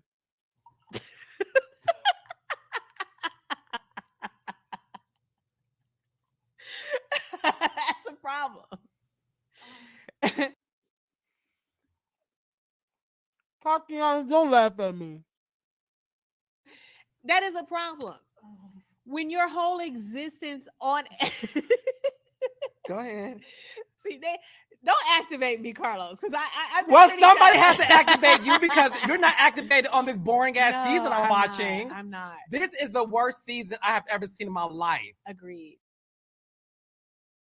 But it's so crazy because maybe I'm too far ahead, but girl, certain people wanted Marlo to be a peach holder.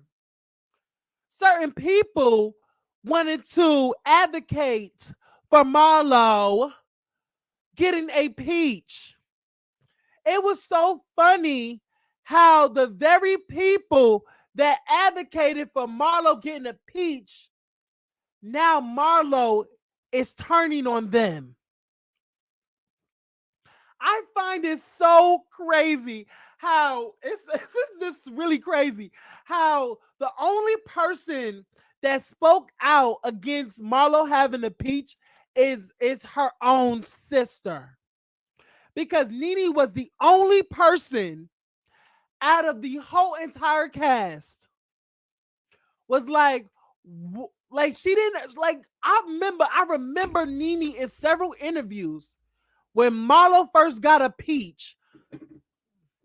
When Marlo first got a peach, Nene did an interview and they asked her how she feels about Marlo getting the peach. When I tell you Nene was confuzzled, she was like, why the fuck they do that? She was a friend for so long. They probably like she was like, if she would have had a if she would like she should have had a peach long time ago. There were like literally Nene was trying to get her a peach. Nene was trying to get her a peach. And even with Nene, who is the anchor and the star of the show, couldn't even get her a peach.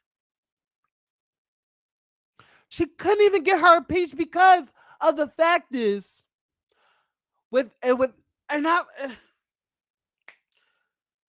I knew this was gonna come. You know what? Let's be real. The people that said they wanted Marlo to get a peach did not really understand. And I feel like when people said that Marlo need a peach, first of all, they wanted to see Marlo's life. They wanted to see Marlo's home. They wanted to see her fashion. They wanted to see everything. And I was like, what has Marlo shown? What has Marlo shown in the years of her being a friend of the show? Why do people feel like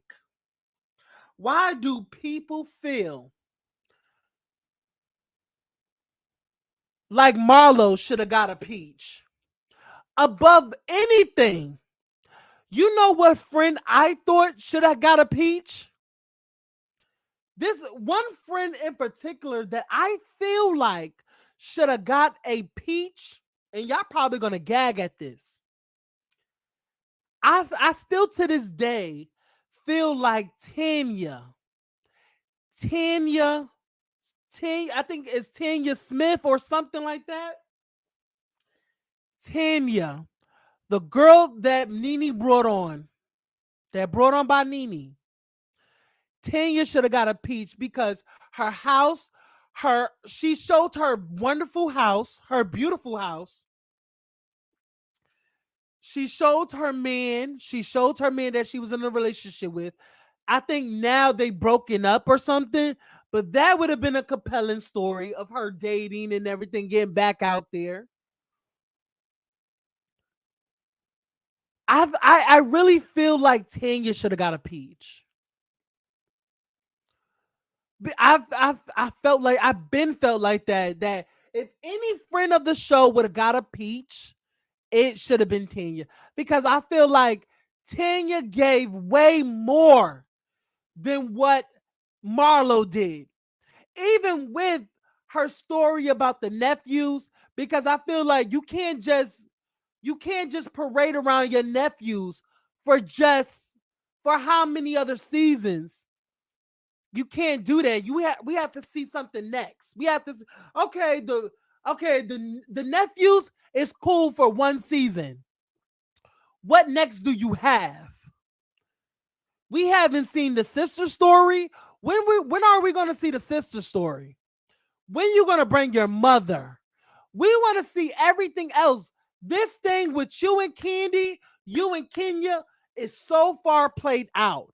I don't want to see you going back and forth with Candy and Kenya. That is old to me.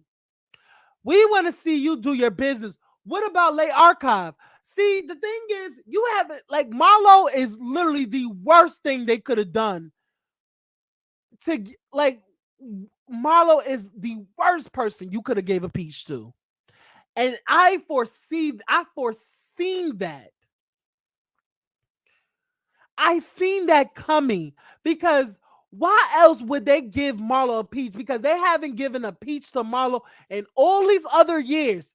And it so happens that you would give Marlo peach when Nene, Cynthia, and Portia is no longer on the show. These motherfuckers at Bravo, at True Entertainment, got very desperate because they couldn't find anybody else. The casting was a joke. The casting was a joke. Everything was a joke over there at Bravo because y'all couldn't find some ladies in Atlanta to come onto the franchise to shake it up, to do things. And y'all wanted, first of all, I felt like y'all had a deadline. I felt like y'all had a deadline and y'all needed to meet that deadline. And y'all got child. Y'all was at a standstill. Y'all threw your hands up. You know what? Let's give Marlo a peach. And y'all are literally throwing things at the wall, hoping that it sticks. And y'all did that with Marlo because it's no way that y'all should have gave Marlo a peach if y'all haven't given her a peach all these other seasons that she was on her as a friend. Y'all did that. And now y'all pissed off y'all greatest talent. How the fuck do y'all piss off Kenya when Kenya is willing to do anything and everything for y'all? She never copped an attitude. She's down with the get down. She's there to film. She's there to do her job. Kenya is literally the perfect coworker.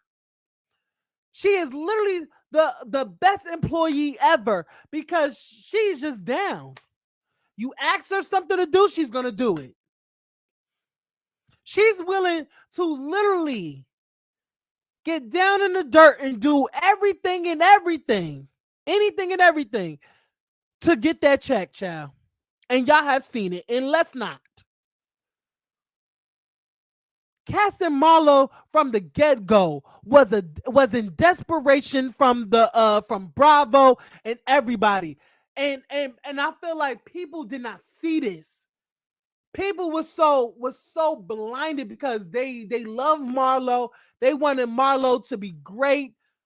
They wanted Marlo to really have her shine. If she didn't have her shine all those other years, they got desperate. And I feel like Marlo should have took that as a sign like, wow, they're just now giving me this because all them other girls is left. So y'all desperate. So y'all give me one. I feel like, or in all actuality, I feel like Marlo should have been offended. But she ain't offended because honestly, she wanted it. She didn't give a fuck what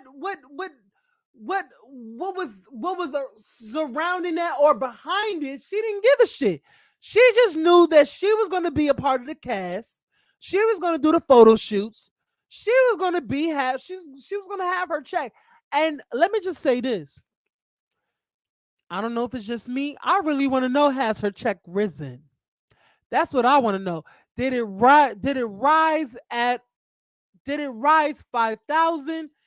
Did it rise how much more did you get paid? Are you still getting the friend rate? Or are you getting the peach rate? Because I feel like this is what I feel like. They probably gave her 5,000 more. That's what I feel like. I feel like they gave her 5,000 more just to, girl, you're getting the peach here. You're not getting that. Do you want the peach or not? And I bet you was like, oh, okay. I bet Marlo was like, oh, okay. Just give me it. She didn't give a fuck about the payment or nothing. She just was going to take that peach because, girl, what? Listen. A peach is better than no peach, child. But whatever.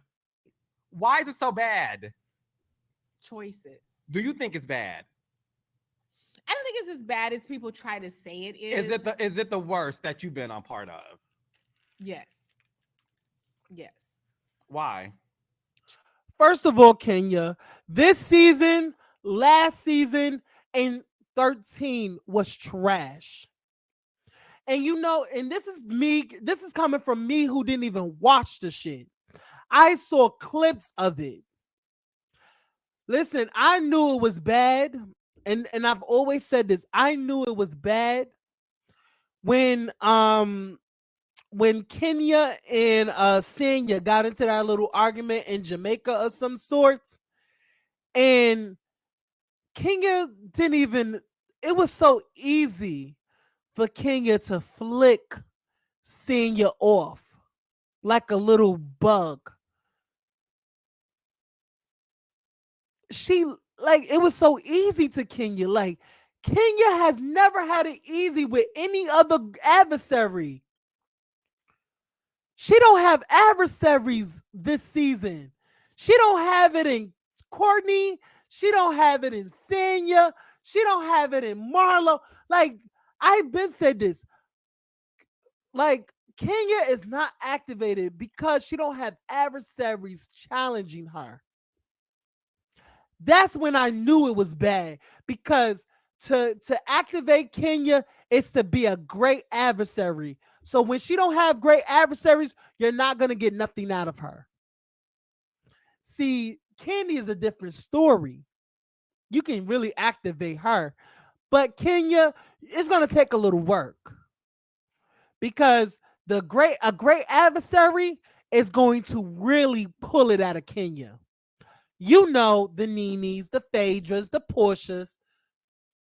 Come on, those three right there were great adversaries for Miss Kenya, because they gave Kenya a challenge. They socked it to Kenya, and she socked it right back to their asses. I knew it was going to be a fail when she didn't even have to try that hard to gather Miss Sanya. I was like, if it was that easy, goddamn. What the hell are we working with? I've been knew that Senya was a waste of time. Senya is not a great housewife. I don't give a fuck if she's pregnant or not. She is the worst kind of housewife. She's not interesting. I don't want to look at her. I don't want to smell her. I turn my TV. When I tell you I do not watch this season, I don't.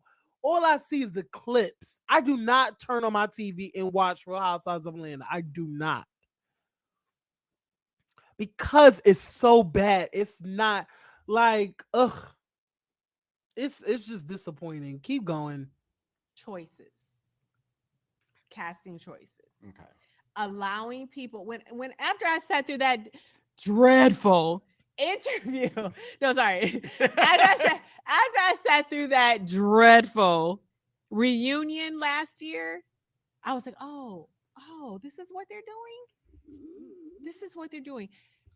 Literally justifying why, or trying to help why someone has a peach that didn't deserve it. I think that Marlo is the quintessential example of why you do not make a friend of the show a housewife. Child, but when Nene said it, she was a hater. She was this, she was that. Y'all remember? Because Nene was the only one to come out, because somebody asked her in the interview. Her opinion of it. See, people wanted Nene to fake and be accepting and be like, people wanted Nene to be like, oh, I'm so happy that Marlo's a housewife. Wanted Marlo to be a housewife, but no. Nene was like, she kept like, and that's the thing with Nene. When Nene keeps it real, she's a hater. She's this, she's that. But it's so crazy that when Kenya keeps it real, but the fact that it's two parallels, because when Kenya delivers the real, she says it in a way that is acceptable for some viewers. They can take it like that. But with Nene, because Nene is so direct, and it comes off a little bit brass or crass. I think the word is crass. It's so in your face, and it's so raw and honest people tends to take that as being a hater. And I never thought that Nene was a hater. I feel like I always because I like y'all, I promise you. Because we are both Sagittarius and I feel like we get a bad rap of being a very bad friend. We have to keep it real. Like if we do not keep it real with the people, then we're not being our true authentic selves. And I think while a lot of people can be like, I see a lot of Nene, like that's why I love Nene because she's so honest. And sometimes when you're being so honest and not picking it, like not trying to sugarcoat anything, you come off being the bad guy. And it's not that you're it's you we have to lower ourselves. We have to lower our opinions or say things in a manner to which you would like it to be. You want us to deliver it in a non-harsh way. And we're not being harsh, but it's being our very most authentic selves. So it's never the way you want it to come out, but it's how it's real. It's just straight to the point. No, she should have never made Housewives because, like Nene said, child, she could have showed her nephews with being a friend. She could have did that. And what's it gonna change? Nothing has changed with Marlo. She's still not showing nothing. The same thing that she's showcasing this season, she could have did as a friend. She could have been coming for Candy as a friend. And I think that's what people like. I have to call it out, y'all. Everybody was so gung-ho for Marlo having the peach. And Nene was the only one to say nah, and people just called her a hater. And now it's literally biting everybody in the ass. And now we're laughing at you because while everybody in the masses wanted Marlo to get a peach, only one person said no, and y'all called her a hater. Let's keep it moving. I think it was a horrible mistake. And listen, I'm not an expert at this. I can only tell you from my vantage point what works. And it's not because of a relationship that she and I have. Because Portia. You scared Portia. Okay, Portia, Nene. So don't tell me it's because of anything about a relationship with us, because I've had worse said to me than Miss Marlo. I feel like the desperation from her reeks, and because she needs that peach. I think the power is when you don't need it. I think when you go when I came Marlo.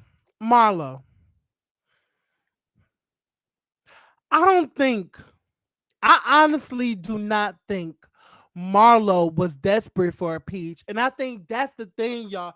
We have to keep it real here. Let's keep it real. Marlo was not desperate for a peach. Okay? Marlo was not desperate for a peach. Let's be honest. If we're gonna say who's desperate, we have to point the finger where it truly goes to. Okay? We have to be real. Bravo was desperate. The production team was desperate because the casting, like first of all, y'all had trouble casting this season, okay? Let's keep it all the way real. There was reports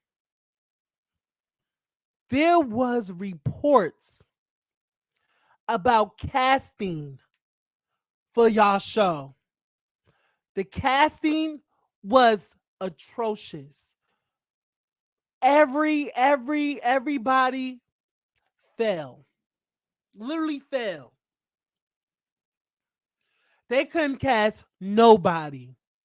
That's why y'all show did not premiere the time that y'all normally premiere. Y'all used to premiere in October or November. That was always y'all date. But because people left the show, because Nene left the show, Portia left the show, Cynthia left the show. Okay? Let's keep it all the way real. Because these people left the show, the casting process was at a standstill because they couldn't find anyone to fill the shoes that is a Nene Leakes, a Portia Williams, and a Cynthia Bailey. Let's keep it real. They had to hire back Sheree Whitfield. That tells you everything you need to know. When Sheree is literally an OG, that they have to get, like, literally, I make fun of this, but this is real shit. The fact that they get to pull from the depths of the trash, that is Sheree Whitfield, whenever they need to, whenever they can't get anybody, they pull Sheree in. Let's be real. When Nene did not come back, from season 8, who they had to call? They had to call Sheree. Every time when Nene is not there, who do they call on? They have to call on an OG. And they always call on Sheree. Sheree should have never. They always have Sheree as a backfill when Nene is not coming onto the show. They did it, like I said, they did it with her when Nene left season 8. Who was done? Who they got rid of in season 10 when Nene returned in season 10? Who they got rid of, y'all? Do y'all remember they got rid of Sheree season 11? Sheree did not have a peach come season 11 because Nene was back. Now, because Nene was gone season 12, they had to call Sheree back. Listen, Sheree is only good when Nene's not there. And it says something about Sheree. Sheree is a backfill for Nene. She is a substitute for Nene. She is a plan B for Nene. When Nene is not there, they have to call plan B, and that is Sheree. And Sheree, the mere fact that you don't understand that and you steady getting your check, baby, you should feel really mighty low about yourself. Because, child, I would, but you know what? You still cashing that check, child, and you still paying that motherfucking bill on Thelma Manor, child, but whatever. Okay? But anyway, yeah, it was doomed from the get-go. It was definitely doomed from the get-go. Because everybody left. They couldn't get no casting. They had to pick Marlo. Like, what? Like, this is not rocket scientists. Like, let's keep it going. On as a housewife, even Portia. We didn't know what we were doing. We didn't know about it. We weren't fans. I mean, I know that Portia said she was a fan of Nene and all. And child, Kenya. Marlo was on the show before you. Marlo was on the season before you. Okay? Marlo was brought on season 4. Okay? As a friend. She filmed up until her and Nene got into it, so they didn't use her. Okay? So when Nene was not there, you and Marlo was best buddies. And it's so crazy, Kenya, is the fact that this is what you like. Let's be okay. Let's also be real here. Our people are forgetting the fact that the only reason why Kenya was even friends with Marlo is to sock it to Nene. Like, let's be real here. It's so crazy that Candy and Kenya, y'all created a monster because y'all allowed this. Y'all allowed this. A zebra never changes its stripes. Kenya, you was all gung-ho for Marlo and Nene when Nene and Marlo got into it at that Bailey Q in season 6. You was motherfucking laughing. You loved it. You low-key loved the fact that Nene and Marlo was going in on each other, was going at it because there's another person that could put Nene in her place. You sat back there. You sat back and ate your food. The reason why Marlo and Nene was getting into it because of you. You did that because Nene and you and your friendship was like, it was up in flames. Y'all friendship was a no-go. Y'all was not friends. And then you went over to Marlo to become friends with her, knowing damn well that Nene is territorial around her friends. You knew by befriending Marlo was going to really piss Nene off because you and Nene was going at it at a time. And you was going to push that button as far as you pushed it. And you did. And that's why Marlo and Thing fell out. Because she literally said to Marlo, if you're filming with Kenya, you're not filming with me. Because she didn't like you at that time. And you used that and you knew that.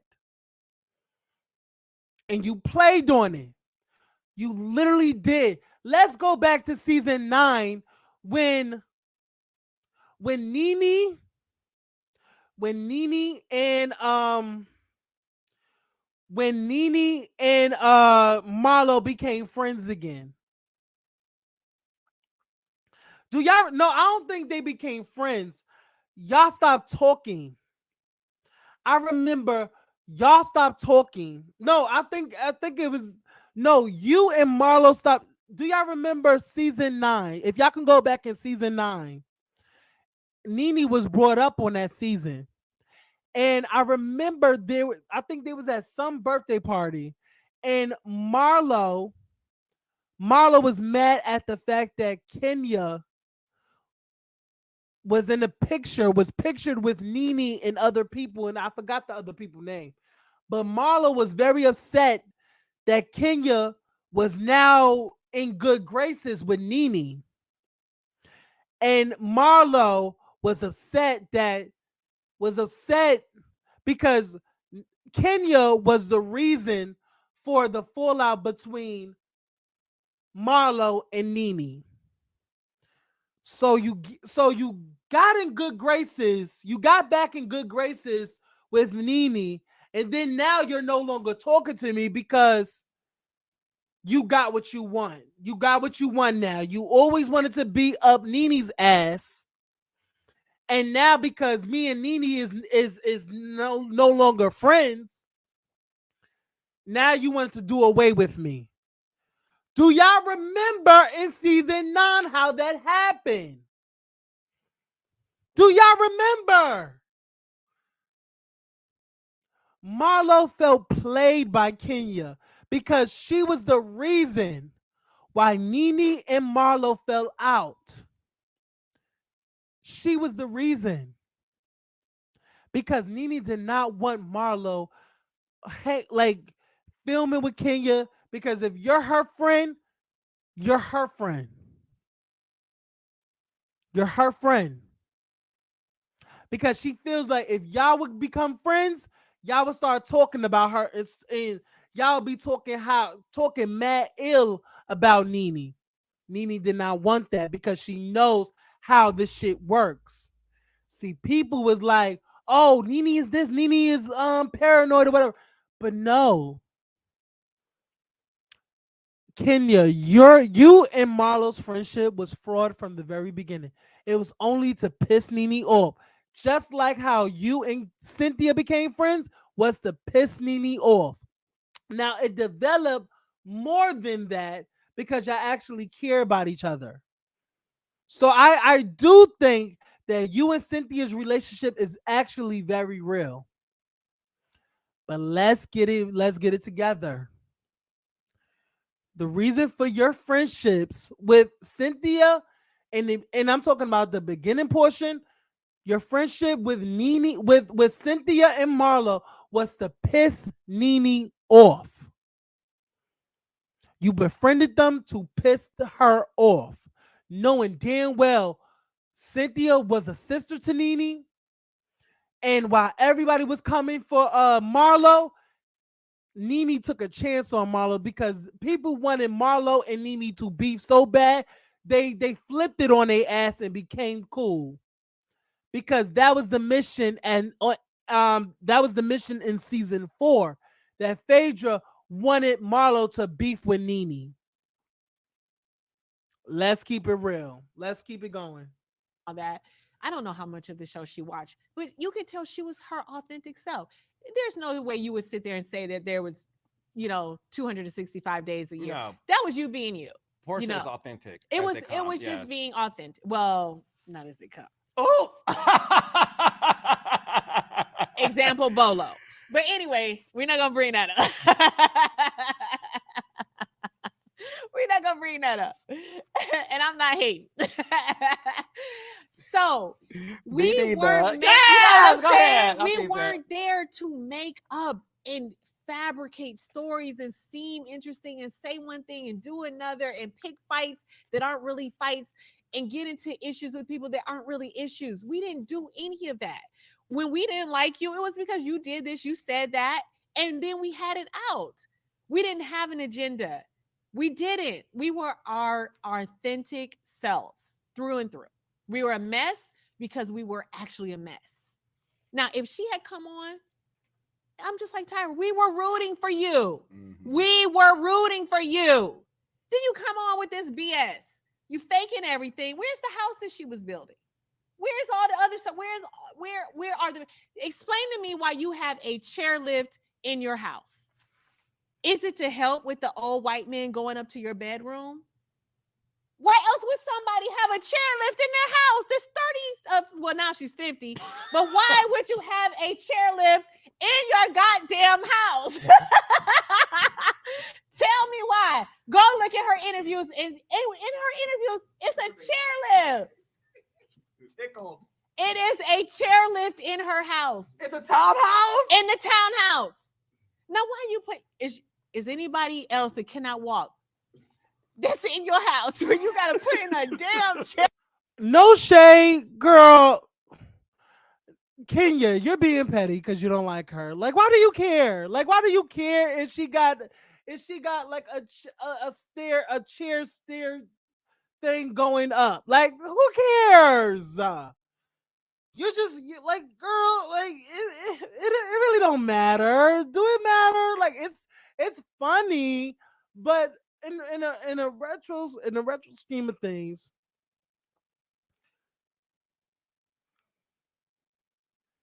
it's not it's like that's not important. Like, girl, okay, girl, you just throwing shade. I understand. I let you know what, get your shit off, Kenya. I'm not the chairlift is irrelevant to me, but it's funny to you for you to put it out there, girl. I don't know. Explain. Now, what's the chairlift for? Probably for her mom, but that was funny. Yeah, you don't know what it's for. It's probably for her mom or her grandma. I think her grandma is deceased, right? Yeah, her grandma was deceased. But I think it was for her grandma when she was alive. She didn't want her grandma going up the staircase by herself. So she got a stair lift. Come on, Kenya, you're being petty. Like, stop it. She had a grandma that passed away. That was probably for her, and she just never got rid of it. And that's okay. To Well, me. maybe she likes to, use it to as a prop for having fun. Okay, you gonna ride up your I staircase. mean, I'm just trying to figure something out. And your lingerie to the bedroom. Girl, explain that. Tell me about the things that we really want to know. You went a whole season without explaining why you ended up with multiple felonies. You went a whole season without showing any type of culpability for anything that you've done in your past. We can forgive you, but we need to know why we need to forgive you. We don't care if you're an ex-con. I know ex-cons is ex-cons all around me that are my friends, some of my best friends, some of my family. Hey guys, welcome to Forward. We're a new type of doctor's office that's Why are you not talking about that? Why are you coming over here exhibiting? No shade, Kenya. Why do we care to know? Like, honestly, let's take a poll. Do we really care what happened in Marlo's past? No shade. It's been made fun of from season to season to season. People have been talking about these fellas. It's been out for years. Like, honestly, let's ask ourselves, do we really want to know? Because there's a whole lots of speculation. There's a whole blog about Marlo and her felonies and how a person unalived themselves because she got cut in the face or something. Like, there's a whole bunch of just run down the list of Marlo's charges. But at this point, 10 or 11 years in, do we really care about Marlo's charges? And what do she have to say about her charges? Do we really want to know? And I'm asking the viewers, do we really want to know about her charges? Because honestly, I don't care. I do not care about her charges. We didn't care about what Nene did, because Nene didn't talk about her charges. Yes, we know about Nene's charges, but did we care? No, we don't. Hell, Sheree got charges. Got a lot of charges. We didn't care about that. Peter, but he's not a housewife. We're talking about housewives. There's some housewives that got charges. It's irrelevant now because of the fact that it was spoke about. We read blogs about it. But do we actually care at this point? No, Kenya. We do not care if Marlo brings it up or find a reason about her charges. We do not care. Your past is your past. Because if that's the case, Kenya, we need to get in why your mother want to destroy you. I really that's what I really want to know. Kenya, can we get into the fact that why do your mother want to destroy you? Like, I feel like that's more compelling. That story right there. And I'm gonna say this, Kenya. I can't wait till your memoir, because I really want to know why your mother want to destroy her baby girl, and you was a baby. Why your mother want to destroy you and take you out of this world and want to see you with nothing in life. That's something that I want to know. I don't want to know about fucking Marlo charges and what she did in her past. I don't care. It's not interesting to me. I don't care about what Marlo did in her past. This is her past. But what is more compelling is that it needs more. I need to know more information from you. Is what happened to your mother in your mother's life to where she no longer sees herself as your mother? She don't even have a daughter. That's more compelling than anything that has to do with Marlo and her charges. Let's be real. Let's keep it going. In the same behavior that landed you in jail and want people to think differently of you. No remorse, no culpability, no kindness, nothing. An empty soul, an empty vessel. And you want to sit here and do a whole number on us at the reunion. Like, oh, I was in foster care. But you talked about my mother not wanting me as a child. Explain that. How it was so easy for you to do that. Like, it's so many questions as a producer I have. Like, I don't understand. You make this person a housewife, but then you don't talk about their, and you conveniently at the reunion get all the way up to why you were in, well, up until explaining why you actually went to jail. And then you still don't explain it in year 2. And you're over here 6 weeks in. And you're picking fights with Candy that makes no sense. Then she started, after that ended, and the managers got together and said, okay, let's figure out a storyline. And then you go find Scotch Bright. You find Scotch Bright to sit up here and play your boyfriend. Okay, so that's your new storyline. You're so soft and gentle now, all of a sudden. You're so pink inside. It ain't making sense. The math ain't mathing. And everybody can see it. In fact, so many comments are like, who is she blowing on production? What is happening? Kenya. No, Child, no shade. I was cracking up when she, like, this portion, when I tell you, I feel like she had enough. Y'all, when I tell you at this portion of the interview, this is when Kenya has had enough. She was like, I'm done being quiet. Fuck that. I'ma unleash the dragon. Child, I have never cracked up before. Kenya really tickled me in this portion of the interview. Let's watch it together, Carl, because she clears the fuck out of Marlo and other people. But we're gonna get to their segment. They say something mentally wrong with her mother. Oh, okay. All right. But we want to know more because it's hearsay. I want to know more. it's the truth. If you didn't want me here to tell you the truth, then Oh don't no, I invite want you me. here, honey. Let's be clear. Don't dispute I'm just that. saying, so please don't, listen. Is Marlo being favored or protected? Hey, raindrops. Yes, come through. Girl, bye. No shade. I don't care about Because I'm your like, no commercial, matter what I Carlos. do, No shade. I was never protected.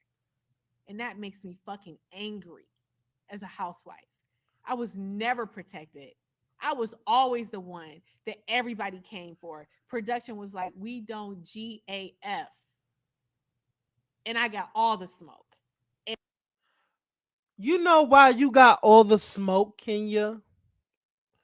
Because you came on like that. You was ready for anything.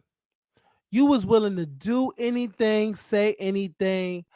How can the production protect you when you have caused all of this on yourself because you produce yourself? You produce yourself. You was the one to twirl and do everything with Apollo. You the one who said these horrible things to Peter to Apollo and Phaedra. You did. You know why you weren't protected? Because you came on like you was ready to take on everybody. And you can hold your own because you have stated that you have slayed the dragon on reunions when everybody came for you. So they was like, shit, we don't have to do nothing. We don't have to protect her because she can protect herself. Because you can read all of the housewives, you can read all of their house husbands, read the husbands too. You're good. You gave off that perception, Kenya. It was unfair. I will tell you this. It was unfair for you to go back and forth with somebody's husband because naturally they don't want the husband saying anything to the housewives because you're there to support your wife. So, but the fact is, Kenya, you brought it upon yourself to include the husbands. You're the one who made gestures and made comments about how fine Apollo is. You're the one who pushed him in the pool. You did all of these things. But you know what? Like I said before, every action causes a reaction. So you have to take accountability for what you put out there. That's why you were never protected. Because they probably thought that you can take on the world because you have fought through so much. You're strong. And I think that's the misconception that not every strong woman is strong. They're human. They all hurt the same way. But just like how we all are small-minded at that fact, we have to stop thinking that black women are so strong all the time that they feel too.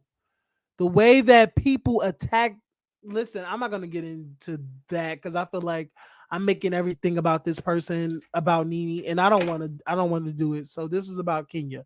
But I just want everybody to just treat it's about fair. This whole interview is be fair. Be fair. In my mother Platy's voice, be fair. Be fair. And I got no protection. And you are sitting here making somebody who season 1 lied about everything, including to everybody's face about using the F word. I didn't say it. I didn't say it. I didn't say it. The F bomb. You know. Yeah. The that gay, F-bomb, the gay slur. the gay slur. Swore up and down she never said it until somebody had to produce the footage where she said it. To me, it's just like, no, if you're going to come and really show your life, show your life. We know the facts beyond the facts at this point. We don't have to even say it. The money cannot be verified. The dates cannot be verified. The timelines cannot be verified. But that's not what we're talking about. We over here talking about candy in a restaurant. Then after that failed, then you over here chasing me around restaurants that got conveniently cut out. Group scenes, all kind of scenes of mine conveniently got cut out. Storylines of mine got cut out. But somehow an angel with foster care scene turns up and that makes the cut.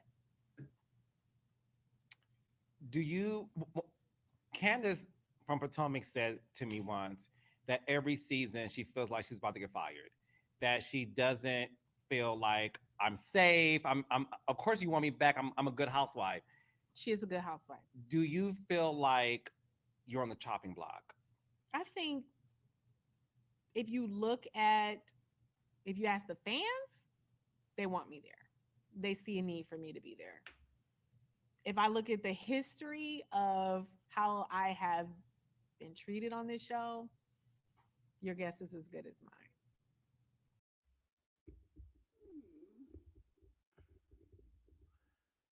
Wow. And I feel like that's some honesty for your ass. She feels like the time that she has been on Real Housewives of Atlanta, she has never been protected. She has not been treated fairly. And here she just keeps going. I find that so sad that she keep going on a show where she's not feeling protective. She's not feeling protected. She's not doing this. She's doing this, but she's still showing up to work. I think that's absurd. I think that absurd. That's absurd. That's not okay. And I would be okay if Kenya do not show up to work next season. I would be, honestly, y'all, I would be okay if Kenya do not show up for the Sweet 16 of Real Housewives of Atlanta. Because the fact that she feels unsupportive, she don't feel protected. She don't feel all of these things that I feel like it just what other people is y'all protecting other people.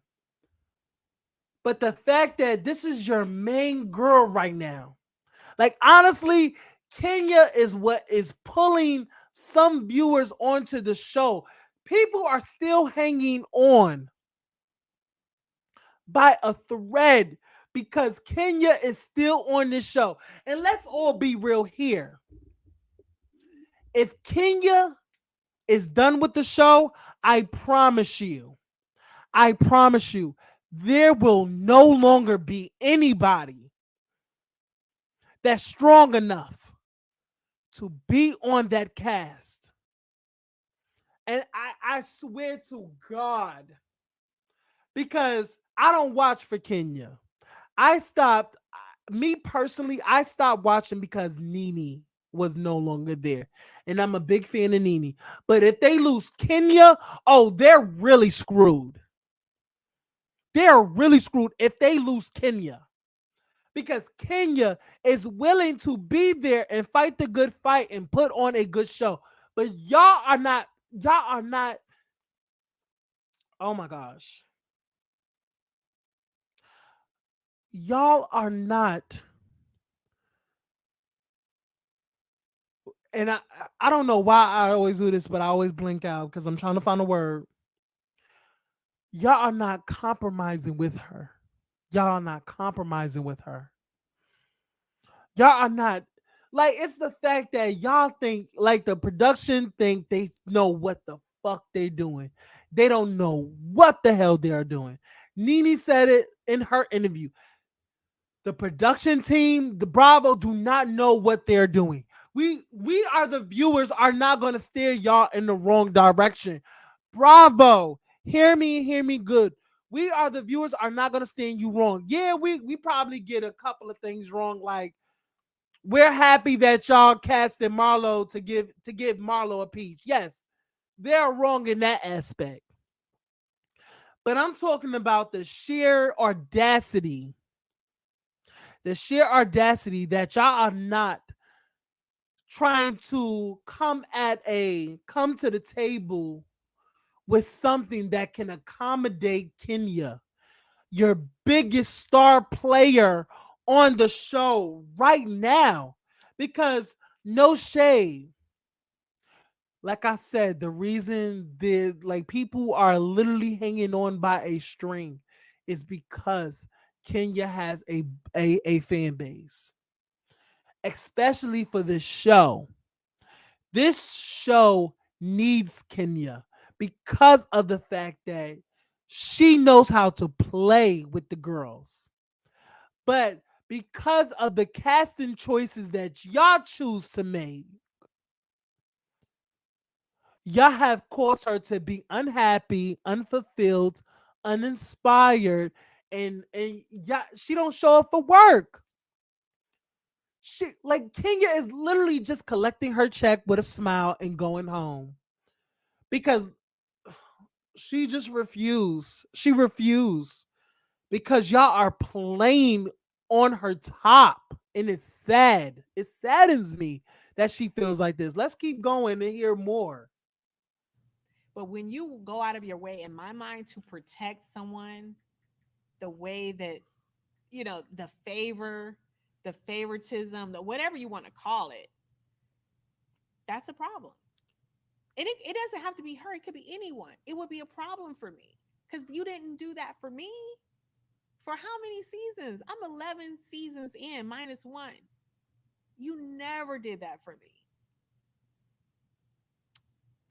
So No, and what's unfortunate is you have Nene, Portia, there's not one housewife who said Kenya wasn't necessary. It's not necessary for the show. Mhm. Every single housewife, your foes and your friends, have said Yep. at the end of the day, Kenya is necessary for the show. Nene said it recently. Mhm. When we watched the show, I stopped watching this season. Mhm. And it pains me to say that because I remember telling one of the producers when I left, I said, call me. If Call you need me. help, yeah. Call me. If Yeah. you need to buy. You see how Kenya like set up. It was like, call me. Cause she knew, like she know for a fact that the production don't know what the fuck they're doing. These are all interns that got promoted. Like I feel like the Eric person, it was literally a camera guy, and he was promoted to production, like to be an executive producer. But these, like, he was like this Eric person that is literally single-handedly is destroying this franchise. I don't know if this man, because people keep saying that this man is single-handedly ruined whoever is on production, because I don't know who is on production at this point. I don't fucking care. But the fact that literally Carlos said, call me, and a lot of people feel like Carlos is just trying to get back on Housewives. But this is the show that he was on, and it was successful because he knows the girls, he knows their triggers, he knows the fact that he knows what makes them ticks, knows what makes them upset. He knows how to talk to these girls. He knows how to produce these girls. Honestly, I feel like in some way he should be on production. I don't care what it is. Because the fact that some people have strayed away from this show, and honestly, fuck, listen, fuck what some people may have with Carlos or whatever. The fact remains. The fact remains. The highest rated on this season, the highest rated season is hands down season 6. That is Carlos King's doing and the cast doing, because this is not all Carlos, but it's with the cast. They all made it a mission to really make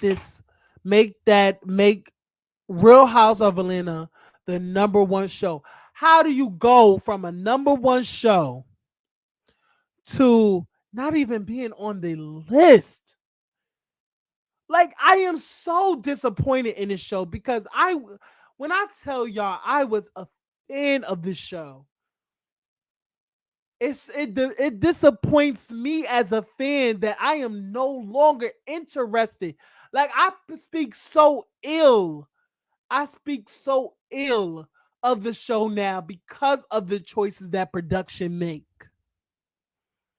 When I love a show, I love a show. I go hard for a show because they giving me everything what I need and more.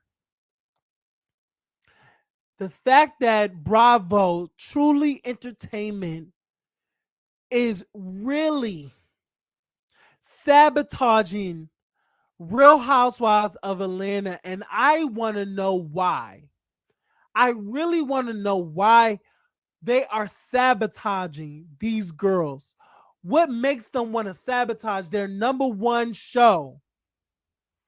And why is Below Deck the number one or number two or whatever the fuck? Why are they? Why are they so up there? Why is Beverly Hills up there? They were never up there. Are you trying to dim these girls' shine because they've been winning, and you want somebody else to win? Because if they're gonna win, they're gonna win.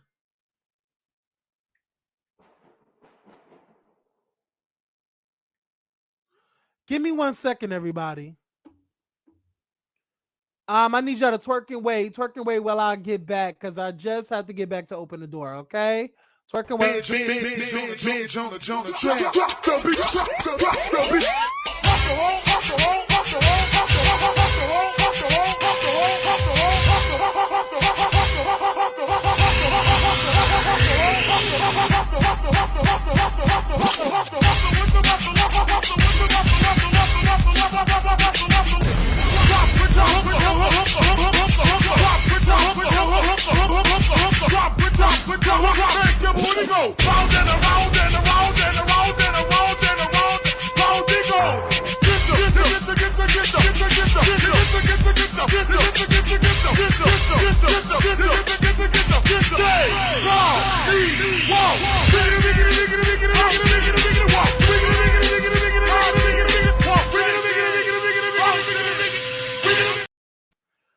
Okay. All in all, I just feel like they are really I don't like it. I don't like it at all, you guys. I don't like it. But let's keep going. Guys, call me. Yeah. I said, because I'm gonna tell you right now, no matter what I do in this world, and I'm gonna do a lot, and God has blessed me with so much, the Real Housewives of Atlanta will always be associated with me. And I like to be associated with some hot shit. Yeah. I said that show will always be my baby. So yeah. if you want to call me for some advice, you have called me for advice. Mhm. Sheree has called me for advice. The list goes on and on. I'm not a hater. I want the Yes. show to be great without me. Of course you do. Yeah.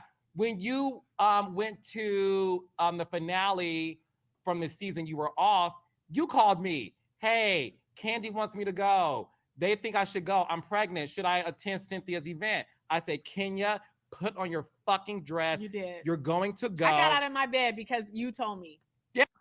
Girl. Girl. Okay. Girl. All right. Yes. Because I If- wasn't going to go. You weren't going to go. I convinced you to go because I said to you, I need you back on the show. It's boring without you. Come on the show. I said, if you go to this finale, I promise you, you'll get your peach back next week because I know how it works. You hung up for me and said, I'm going. Yeah. So did. I said that to say, I don't want the show to fail. This And the same way y'all hate Carlos King for giving his opinion, I have to say, like, I really feel like he don't want the show to fail because you put in so many hours and sweat and tears, and you make all these decisions, and you really don't want it to fail. Like, I feel like none of these girls really want this show to fail, and I think that's why Nene got such a bad rap, because she don't want it to fail. So if girls is not pulling their own way, she's like, girl, go, because we want this show to be successful. And I feel like because girls is in their feelings and production have their egos, and everybody have egos, they're not working together, and it's a miscommunication, and nobody wants to work it out and wants to talk and come to the meeting of the minds. And it's like, you know what? Fuck it now. This is where we're at. We're at a standstill. Because nobody wants what's best for the show. Y'all are literally is just throwing things at the wall, hoping that it will stick. And that's why the show is never going to get back to the glory days. Because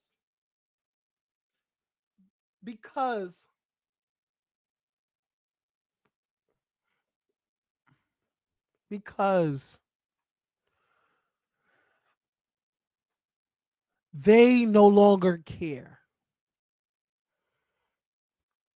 You cannot get back to the glory days because nobody gives a fuck anymore. Nobody wants to put in the work. Like when they have money to be made and you have a deadline and people are holding up things and they don't want to deal with egos and they don't want to be mature ones and have a conversation and do what's right. That's why it's fucked up. That's why the show is fucked up. Oh, hold this. You gotta burn it. That's why. That's why it's fucked up. This season, I had to stop watching because nothing's happening. People look lost. I saw this clip of this Courtney trying to read you, and people are like, "Yeah, Kenya didn't want to give her a moment." Child, what I tell you, this is probably my favorite part. Let's keep it going.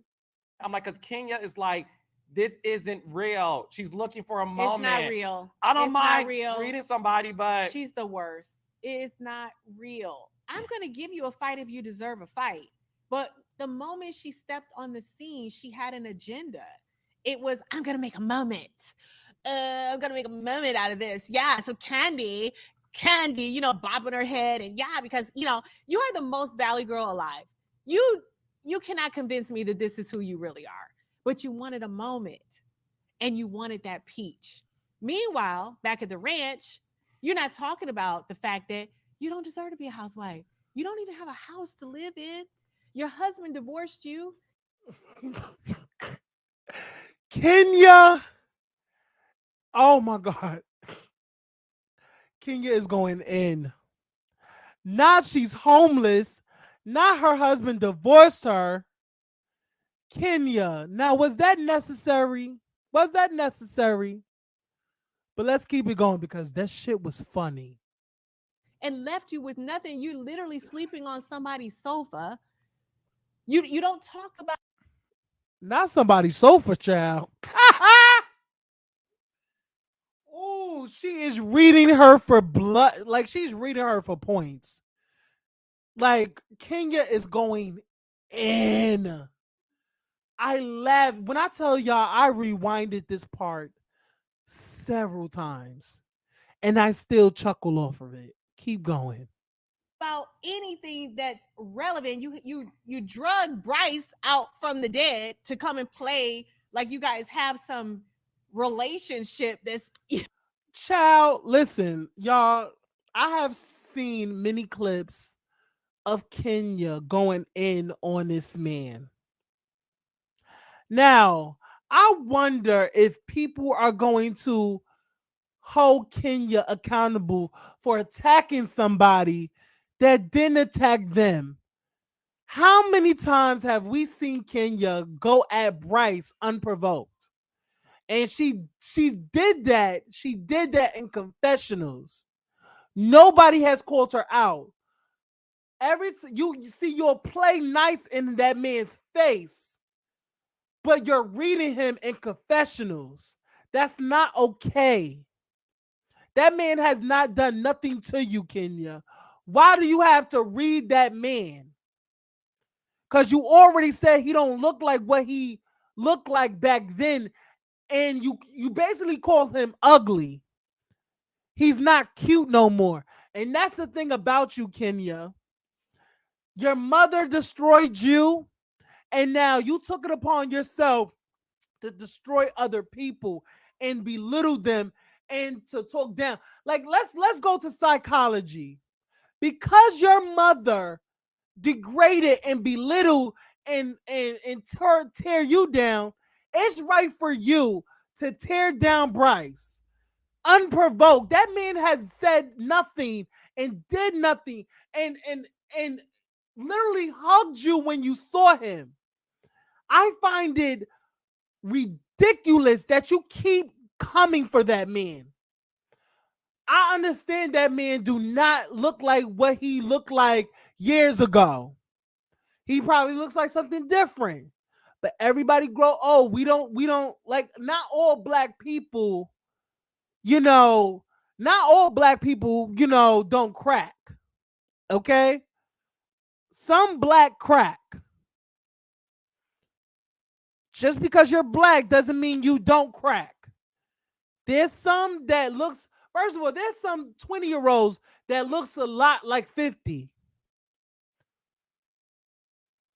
But it's not okay to like, I don't know if people like, I never saw people like come for Kenya with her belittlement of Bryce because it was unprovoked. That man has not said nothing about you. But it's okay. It's not okay for people to belittle you and take you out and talk about your looks and all these other things. But it's okay when you do it to other people. Let's take accountability here. Let's take accountability. I wonder if people are going to call out you for doing that to Bryce. Now let's keep it going. Like literally keep it on Courtney and not Bryce. Stop attacking Bryce. Like how you attack, like, girl, you attacked. First of all, I remember when she attacked when Kenya attacked Nene's children and said that ugly comment about her children looking just like her. In retrospect, it's like you think Nene is unattractive, so her children are just like her, unattractive. Like, are you like? It's the hypocrisy in it all. It's like it's the hypocrisy. You hypocrite. A relationship that's meaningful. You're not talking about why you talk sideways. You're not talking about the fact that you put paper clips together and call that a jewelry line. Then And there she is coming for somebody's business. I remember she was really upset that Shamia and Portia was attacking her business. Do anybody remember that? And now you're coming for Courtney's business, her jewelry business, and call that paper clips put together. And that's okay. That's okay, Kenya. Even though I laughed at it, no shade, I did laugh. But that still it's not okay.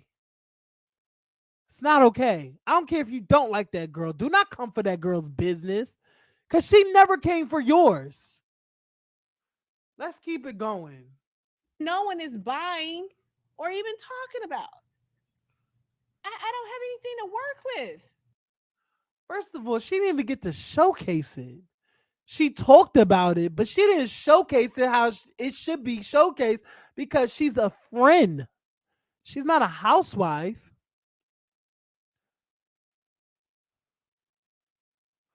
But hey, this is her first season.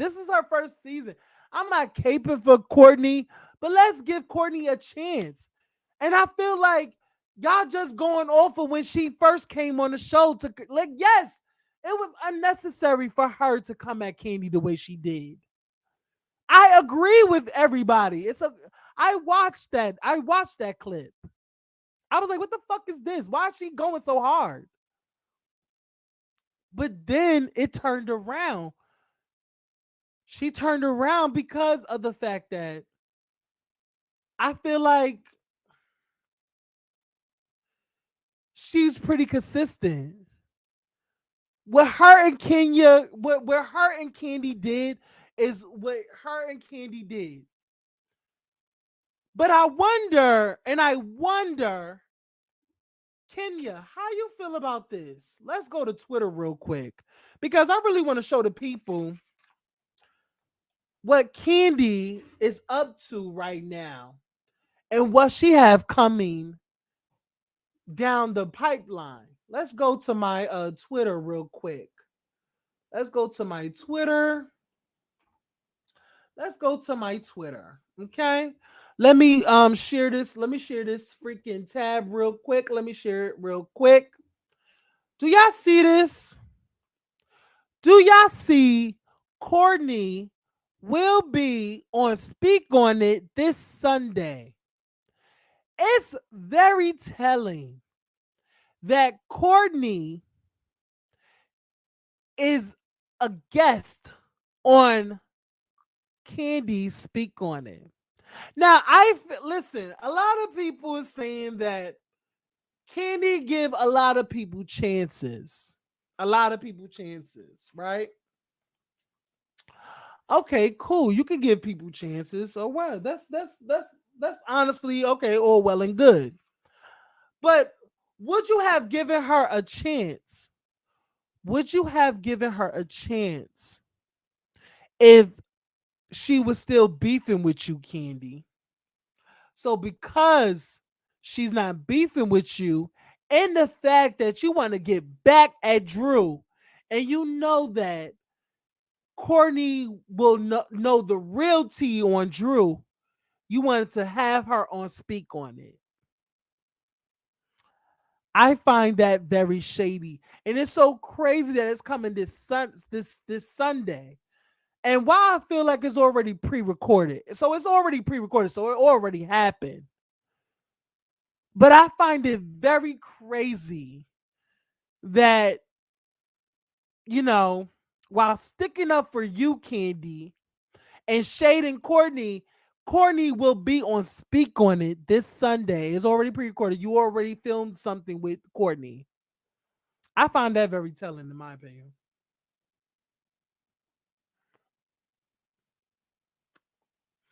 Give me the lighter. Thank you. Just in my opinion, I gotta keep it really honest. Hmm.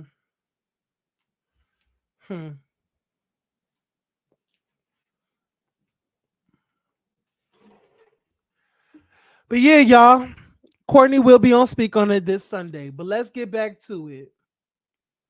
Child, Kenya, your friend is going on Speak on It. Your friend that you're taking the for in this interview against Courtney, she and Courtney are good, and she's going to be on Speak on It. So yeah.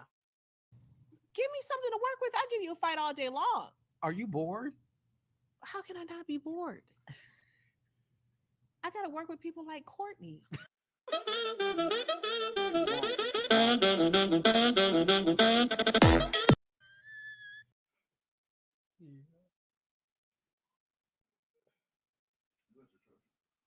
Yes, it's in my bag though. You want to go get my bag? It's in the kitchen on the chair by the door. But yeah, guys, listen. I think I may be the majority here, but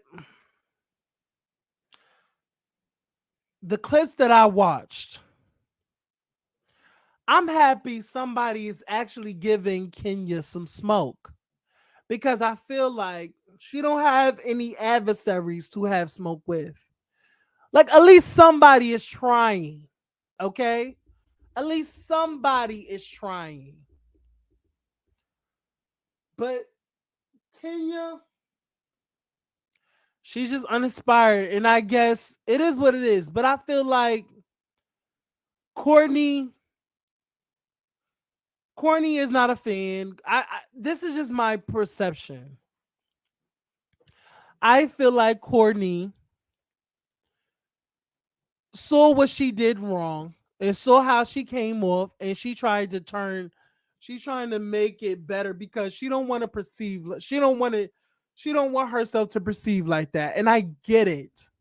With being a new housewife, you get swept in everything and you need some turnaround. So I feel like somebody got into Courtney's ear and was like, no, mama, you need to change how this is.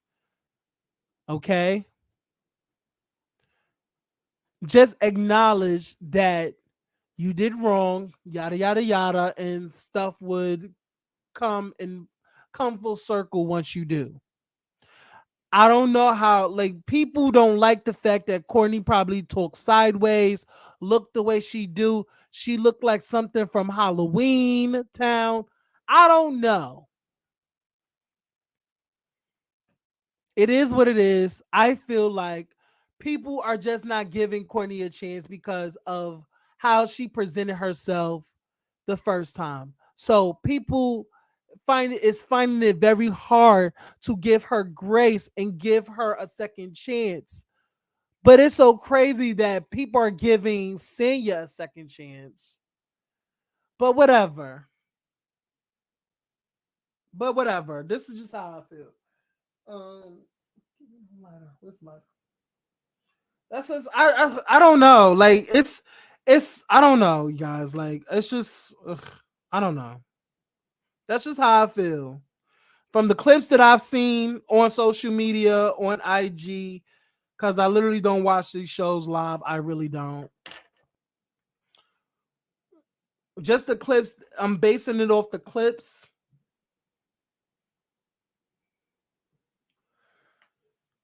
Courtney is just being her. I feel like Courtney is being her authentic self. And it's hard. I feel like when on TV, she knows that she looks. I feel like it's horrible. It's I feel like it's hard to keep up a character for so long if you're not an actress. It is hard to show up every day and talk like she does and do the stuff that she does if it wasn't her authentic self. I really don't feel like Courtney is playing the character. I really truly don't. And that's just how I feel. And I just feel like Kenya is mad with production and don't want to play no more. So she's not going to give somebody like the likes of Courtney any energy because she hasn't earned her energy or anything that Kenya has to say to her. So she's going to shoot her off like the fucking net that Kenya think that she is. And it is what it is. It happens. So You weren't there! You weren't there! This is what I gotta work with. I'm like, where's the hidden camera? Because this cannot be Real Housewives of Atlanta. That gotta be a hidden camera show. A lot of it makes sense to me. And listen, I know that to be true because I watch it and I'm like, this show is not what it used to be. What? At least somebody's giving us something. Because Marlo, I'm like, fighting with Marlo is kind of like, girl, we already did that, done. We already did that, done that. Like we wrote a book, cashed the check, and everything. Like, I don't want to see you and Marlo going back and forth again. It's like a never-ending story. Like, I want to literally check this book out. I don't want this book no more. Can somebody take this book from me? I don't want it. I already read this book from chapter to chapter over and over again. I am unimpressed by this book now. Can we please check this book out? I don't want this book no more. And you want a new book. But this new book is a little bit more challenging and you don't know how to take this new book. And honestly, this is why I compare these girls to books. You probably don't know how to take this book because this is not a book that you wanted, but it's something that pulled you into this book. You spoke to this book, and this book spoke back to you, not in the manner that you like, but because you kind of like, this book, like, what the fuck about this book that is putting, like, I'm interested, but I'm not, like, I'm still on the, like, it's weird. It's weird. And maybe I'm thinking of it as like weird, but I don't know. It feels like, I honestly feel like Kenya is just picking and choosing who she fights with. And it's just like, girl, stop it. Stop it. Let's keep it going. Do you think it'll take for the show to get back to it being number one? It now may be number 4. Number 1's Below Deck. Number 2 is Beverly Hills. I think that's changed. Below Deck may not be number 1. Who's number 1? You. Vanderpump. Well, this past season, but yeah, I don't know if you can count that. You gotta do some serious casting changes for sure. I don't think the answer is a reboot. I know they've been tossing that around. You hear the fans or whatever tossing that kind of stuff around. Be careful what you ask for. Be careful what you ask for. Because y'all are the same people that asked for Marlo to have a peach, and look where we are now. Ain't that the motherfucking truth? But listen, Kenya, your good friend Candy wanted her to have a peach so bad. So It's not just the fans. So don't get on the fans for wanting Marlo to have a peach. You have to get on your sister, your friend indeed, that is. Candy Burris, because she was the one to advocate for that peach. So you get on Candy for advocating for Marlo. Okay? Because no shade, Marlo took that peach and spit it back in Candy's face. Like she did with all the opportunities that Candy brought her way. Be very careful. Sweet 16 is next season.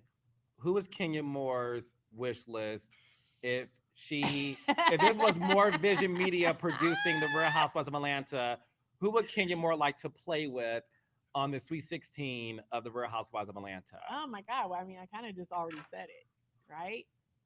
Um, listen, I want to play with anyone that is going to be good, authentic TV. And of course, if you want to think about the nostalgic years, you got to go to season 6 for that.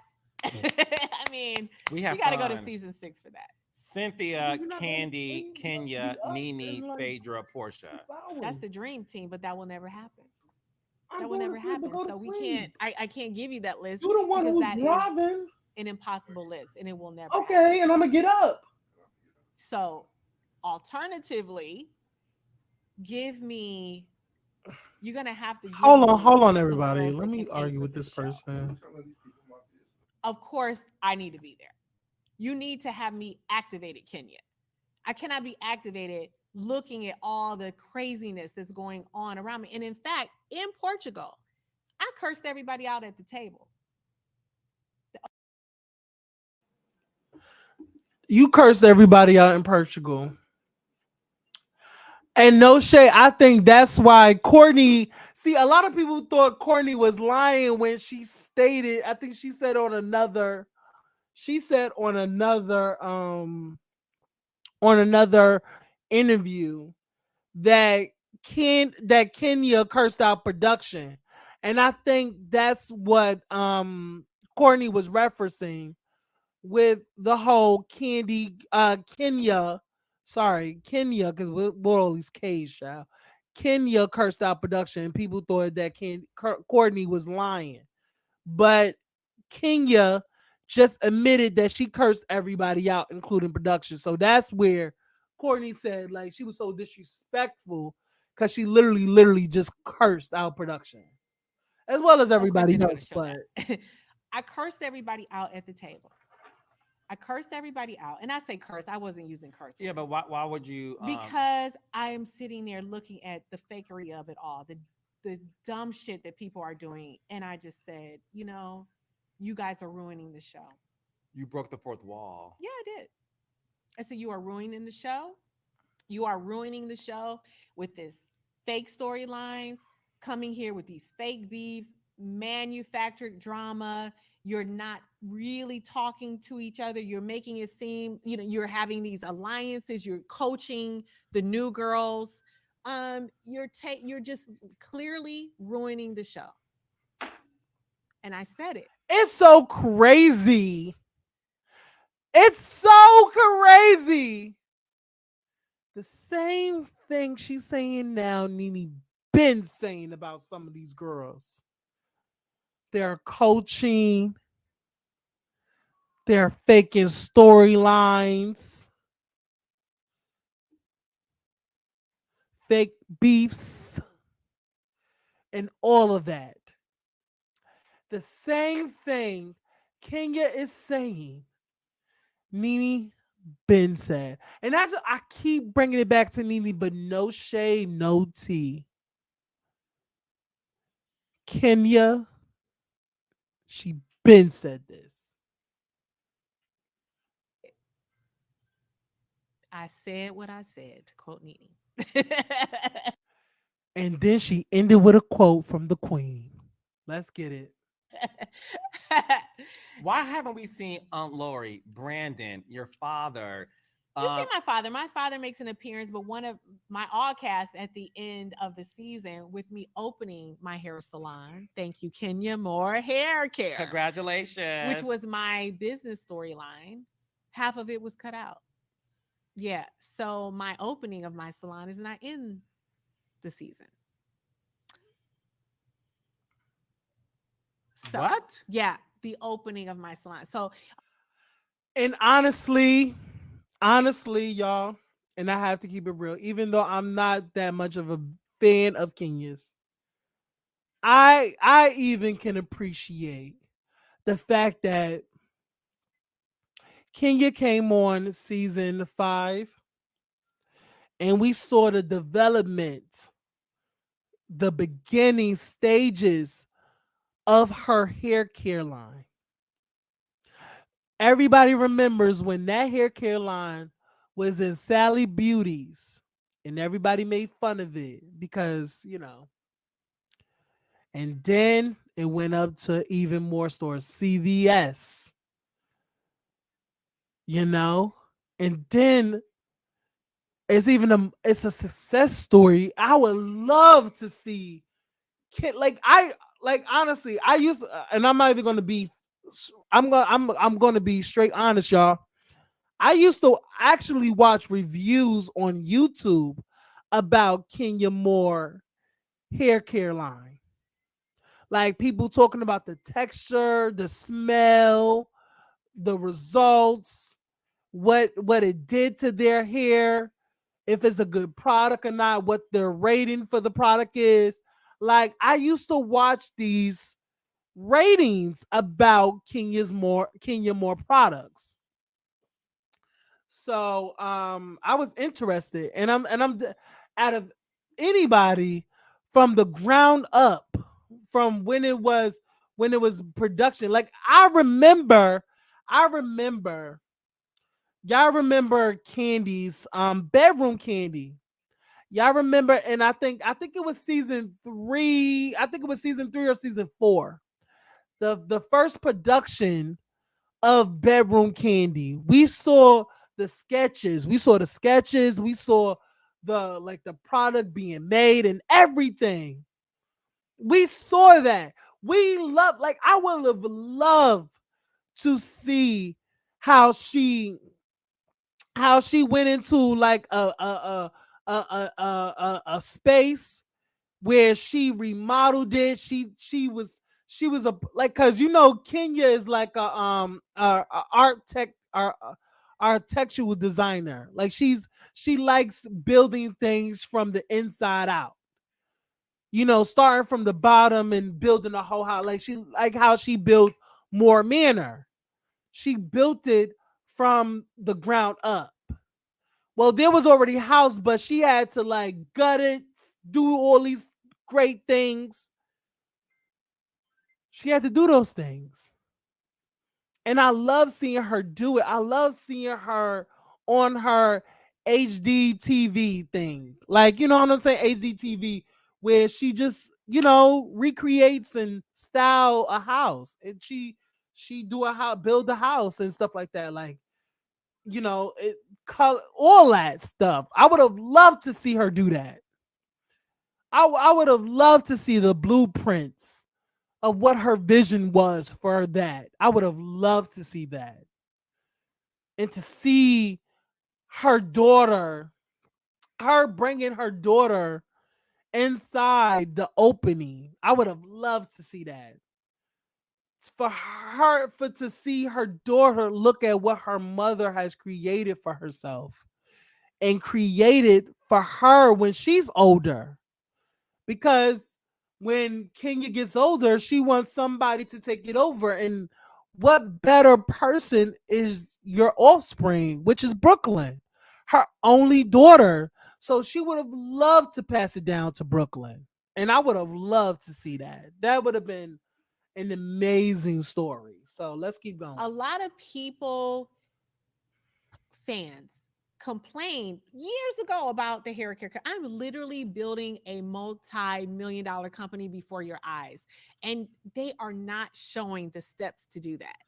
The fact of I had plans, what are the steps? How do you set up this business? I'm learning it for myself.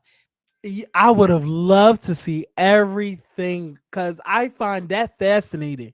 Like sometimes, y'all, because I don't normally watch TV. So if I'm ever watching TV, it's Ratchet Television, duh. But I also like to watch Food Networks and how they prepare food. And I also love to watch somebody build a whole house from the ground up. I find that so fascinating. I do love to watch people build a house from the ground up. I would have loved to see that from Kenya. That's just my opinion, y'all. But the great thing about this show is it can be aspirational. That is what I'm doing could be aspirational to other entrepreneurs who want to build businesses, who want to just have the courage to step out there in a leap of faith the way I did. I didn't ask for investors. I saved my shoe money. I saved my bag money. I spent it on me. I didn't ask for anything. I'm self-made. And these are the steps. Period. I like that. She's self made, and she is. I have to give her all tens across the board for that. Shout out to you, Kenya. I'll give you tens for that. Steps to building my brand, going to a HBCU to No shade. She did not just slap her name on any old fucking thing. Sheree, how you slapped your name on that motherfucking Sheen shit. But that's just me and didn't pay for it, but whatever. Let's go. to perform at halftime, and having all that like fall apart in front of me, and then having to pick up those pieces and pivot.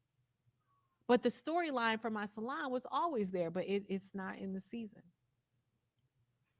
So how can I shine if you keep dimming my light? The fans want it. The fans complain all the time.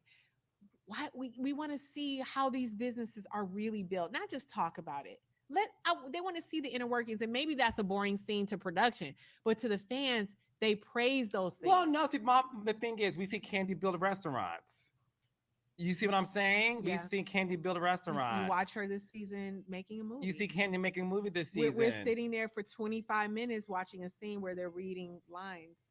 We see Drew making a music video. So Miss Me With is not interesting. I don't know. They never said that to me. Oh no. I'm saying Miss Me With the whatever it is. The thing that's getting why these you are a force multiplier. We want to see your growth. No shade.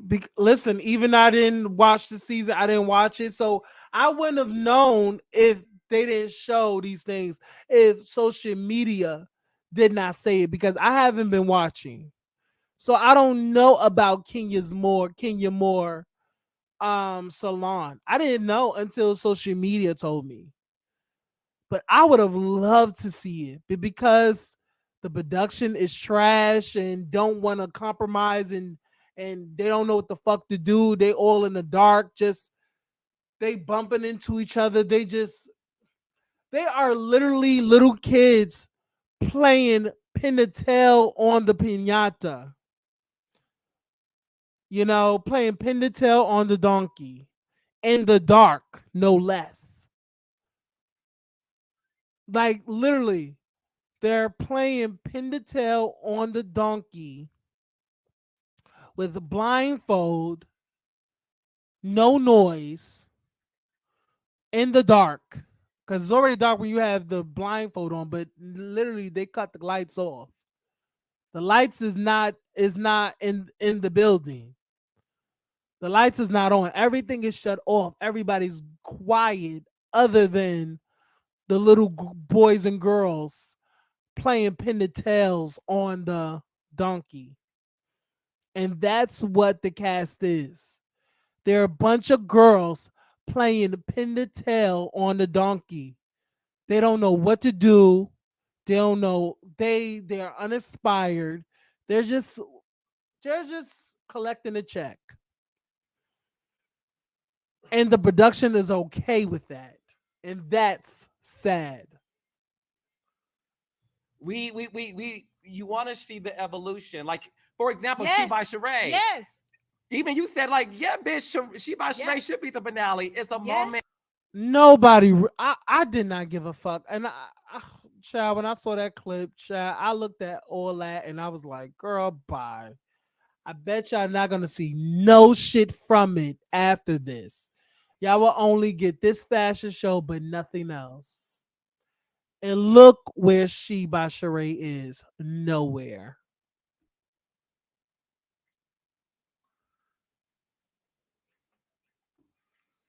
Child, do not play with me. Ugh. Why is YouTube playing with me? Come on. Ugh.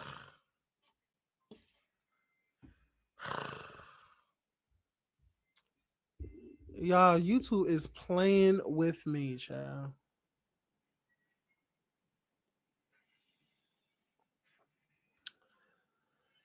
Girl.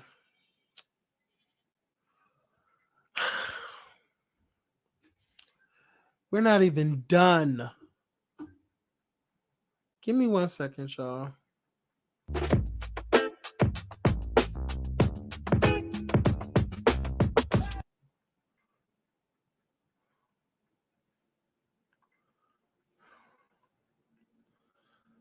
Child, now they want to do the most. Now the YouTube want to do the most.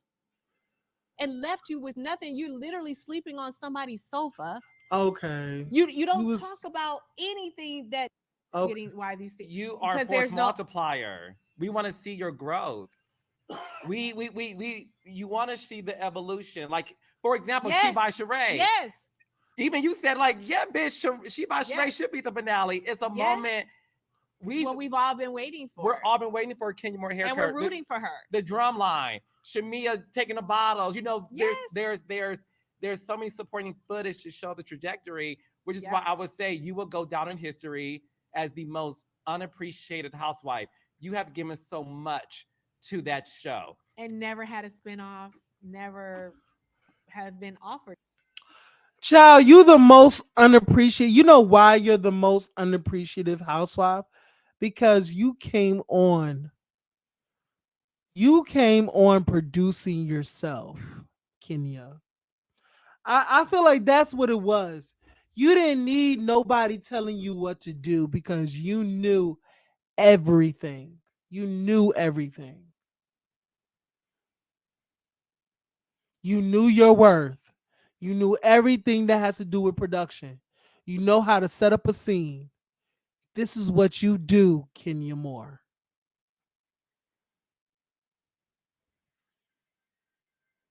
You had all the tools to be successful because you didn't need anybody. I feel like you thought you did it. But now you need something.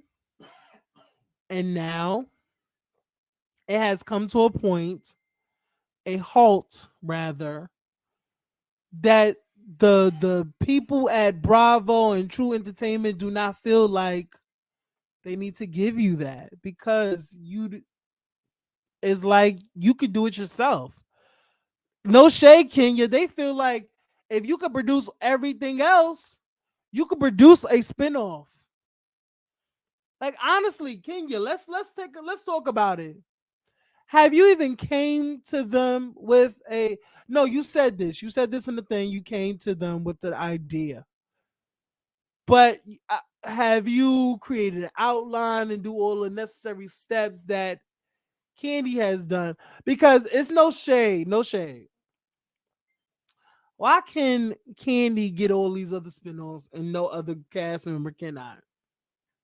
Because the only two other cast members, well, three rather, got a spinoff is Kim, Nene, because with her wedding special, nothing happened. Because with Kim, she had a wedding special and it went into a series.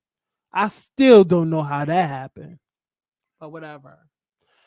Nene got a wedding special, and Portia got a baby special and another TV. So Portia had two spinoffs. Let's talk about it. For the spinoff, other than Ultimate Girls Trip, which was the #1 spinoff, by the way. Rightfully so. Yes. What's next for you? It's so many things I want to do. I just want to continue to. I'm so excited about Kenya Moore Hair Care right now. So literally, Carlos, I started Kenya Moore Hair Care on the sofa of the reunion season 5, and I said I am going to develop my own hair care line because I have a passion for hair care. To now, fast forward 11, 10 years later, to now being in over 5,000 doors today. But by the end of the year, we will be in more than 20,000 retail doors and expanding as we speak. So I want to do what Mael is doing. Shea Moisture can too. I want to be $100 million company, and I will be. And I said it here first. So that's what I look forward to. And you know what? I think that will happen. And I want that for Kenya. I think her story, her arc, it pushed her to this moment with Kenya Moore Hair Care. I want to see you make those millions. I want to see you push 1,000,000 units and more. I want that for you, Kenya, honestly speaking. And I look forward to expanding my family. I look forward to personally, When it comes to expanding family, do you still have eggs left over? I have embryos. Embryos with Mark? Yes. Would you use one of those? We discussed it on the show, so I don't want to piss anybody off, Okay. but you will get that answer soon. Okay. Yeah. Are you dating now? I am dating now. The guy on the show that we saw? We're not exclusive, but he's on the roster. Okay. I got a white boy on my roster. He be feeding Okay. me lobster and pasta. Oh my God, I just spit and rhyme. Kenya is pasta and lobster, not lobster and pasta. Thank you. See you with a caramel athlete. Really? Yeah. I don't really love the idea of athletes because they feel young to me. They feel like they're still out there trying to be with every girl. I see owner. I don't know about an athlete. That would take a lot of convincing. That was when I was in my 20s. I see owner in my life, not yeah. Who's the most famous? I agree. I want that for her as well. She don't need no damn athlete. Like when I tell you, Kenya will go truly insane. Child, you know what? Data athlete. It'll be great camera. Girl, it will be a great storyline. No shade. How that man took you through it, Kenya. But no shade. You don't need no man taking you through it with a child that you have. Cause listen, even your ex-husband is not even being the father to your child. Let's talk about it. This person you dated. Ah! Give me one, the most famous. People think not that people like literally. There have been rumors about me dating people that I don't even know. I was accused of dating Allen Iverson. I literally met him in a club and we shook hands, and then all of a sudden I was his mistress. I was like, really? This is how this works? I've been accused of a lot of, well, not a lot, but some people that Who's the most famous? Most famous. Jay-Z. I never dated Jay-Z. Never Oh. went out on a date with Jay-Z. Hand to a Bible. Never went out on a date with Jay-Z. I didn't even know who Jay-Z was when I did the video. You know, he was Kanye- up and coming. Kanye West. I didn't date Kanye. I didn't date Kanye West. I went out on a date with Kanye. How was the date? He was crazy as hell. I talked about that. What did he do? I told this story. I met him. He was so sweet. He would call me all the time. He was a nice guy. This was years ago. This is way before Kim Kardashian. I don't even know. This was pre-Housewives. So this had to be I don't even know the year. 2010 maybe. I don't know. So he invited me to the studio or something, and he would call and call. I was like, I just said, okay, fine, I'll go. Like literally after 10 or 12 calls. So we ended up going. He said he had to check on something at his house. We went into his house, and it was a newly renovated house or something, but all of the furniture was covered with plastic. Like it was all new furniture, and it like was this low. It was like modern furniture, but literally the kind that's sitting almost on the damn floor. So I remember sitting there on the plastic furniture, waiting for him to go check on whatever. I'm sitting there. 20 minutes go by, 30 minutes go by, 40 minutes go by. No Kanye. I'm like, okay, I hear this noise. So it's like a TV, but I couldn't really. So I'm looking for him. Hey, hey, so I start walking around the house looking for him. Hear the noise, follow the noise, go down into this room. And he was in the room. And then I walk in and I look on the TV and it was porn. I was like, Listen, maybe it's just me. The fact that multiple minutes went by, in my opinion, I would have left. I would have left. No, not really. I'm fucking lying. Let me just keep playing, child. Let me just keep playing. I think I'm lying. I'm lying. I'm going home. I was like, what the Was hell? he getting himself ready for No, some action? no, he was just sitting there. He wasn't like rubbing. No, okay. he was literally just sitting there watching porn. As if he was watching NFL. Yeah. And left me upstairs sitting on the sofa. And I was just like, oh, I gotta go. And that was I saw him after that, like out. But I never went out with him again. I was like, oh no, this dude is crazy. That was crazy. I have some stories. I will say that for my book. Okay, well, same for your book. So you will do a memoir.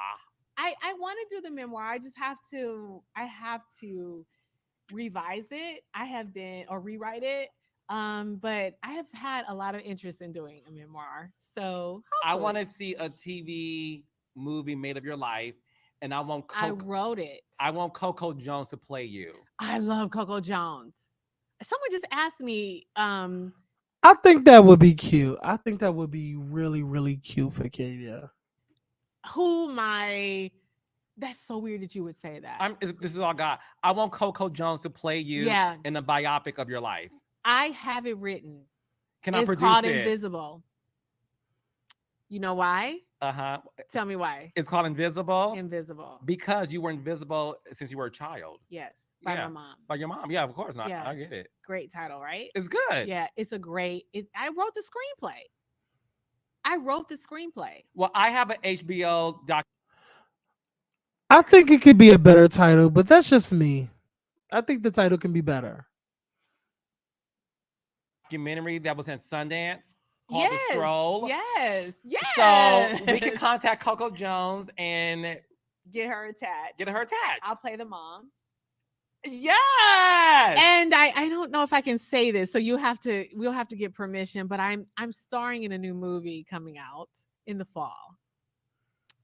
Second on the call sheet, but I'm the star of the movie. Don't say I said that. But it is a riveting movie, and I think people will never doubt my talent as an actress again. Now, Kenya.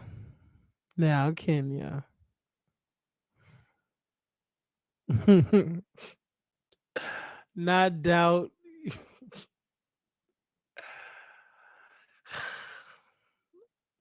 Okay. Got you. Hopefully we see it, child. Listen, I'm so happy for you. Thank you. I'm proud of you. Listen. Thank you. Listen to me and listen to me loud and clear. Okay. Whatever happens in your life right now, God is setting you up for greatness. Thank you. Don't worry about nothing. Whatever's meant to be will be. I know you're going through a lot personally and professionally. Yes. What I'm saying to you is you are on the verge of something great as long as you be still and be present and stop allowing people to treat you badly when you deserve to be the prize in any room that you're in, personally and professionally. Okay? Thank you, brother. Period. That right there said everything. Stop allowing people to disrespect you. That goes for professionally and personally. Basically, he's saying, Girl, if you don't rise up and tell these people you're not to be toyed with, because you're only saying it is because it has reached its limit. If you would have said something in the back because what was going on, and you knew it was going on, the time that Marlo had her Pete. Let's be honest, like girl, same way y'all said to Fanini, she ain't say nothing till it was too that till they wasn't no longer kissing her ass. Is the same way Kenya. Now, now you mad because they're not kissing your ass. They've been not kissing your ass. So why you mad now? Why are you mad? Why are you mad? Let's talk about it. I love you. You should be used to it, correct? Got you. Kenya Moore, everybody. But yeah, guys, let me stop sharing. All in all, y'all, that was Kenya Moore and Carlos King. I feel like this part two, I watched it one time and cracked up over her comments about Marlo. She read Marlo, the production, Courtney, down from the depths of her being.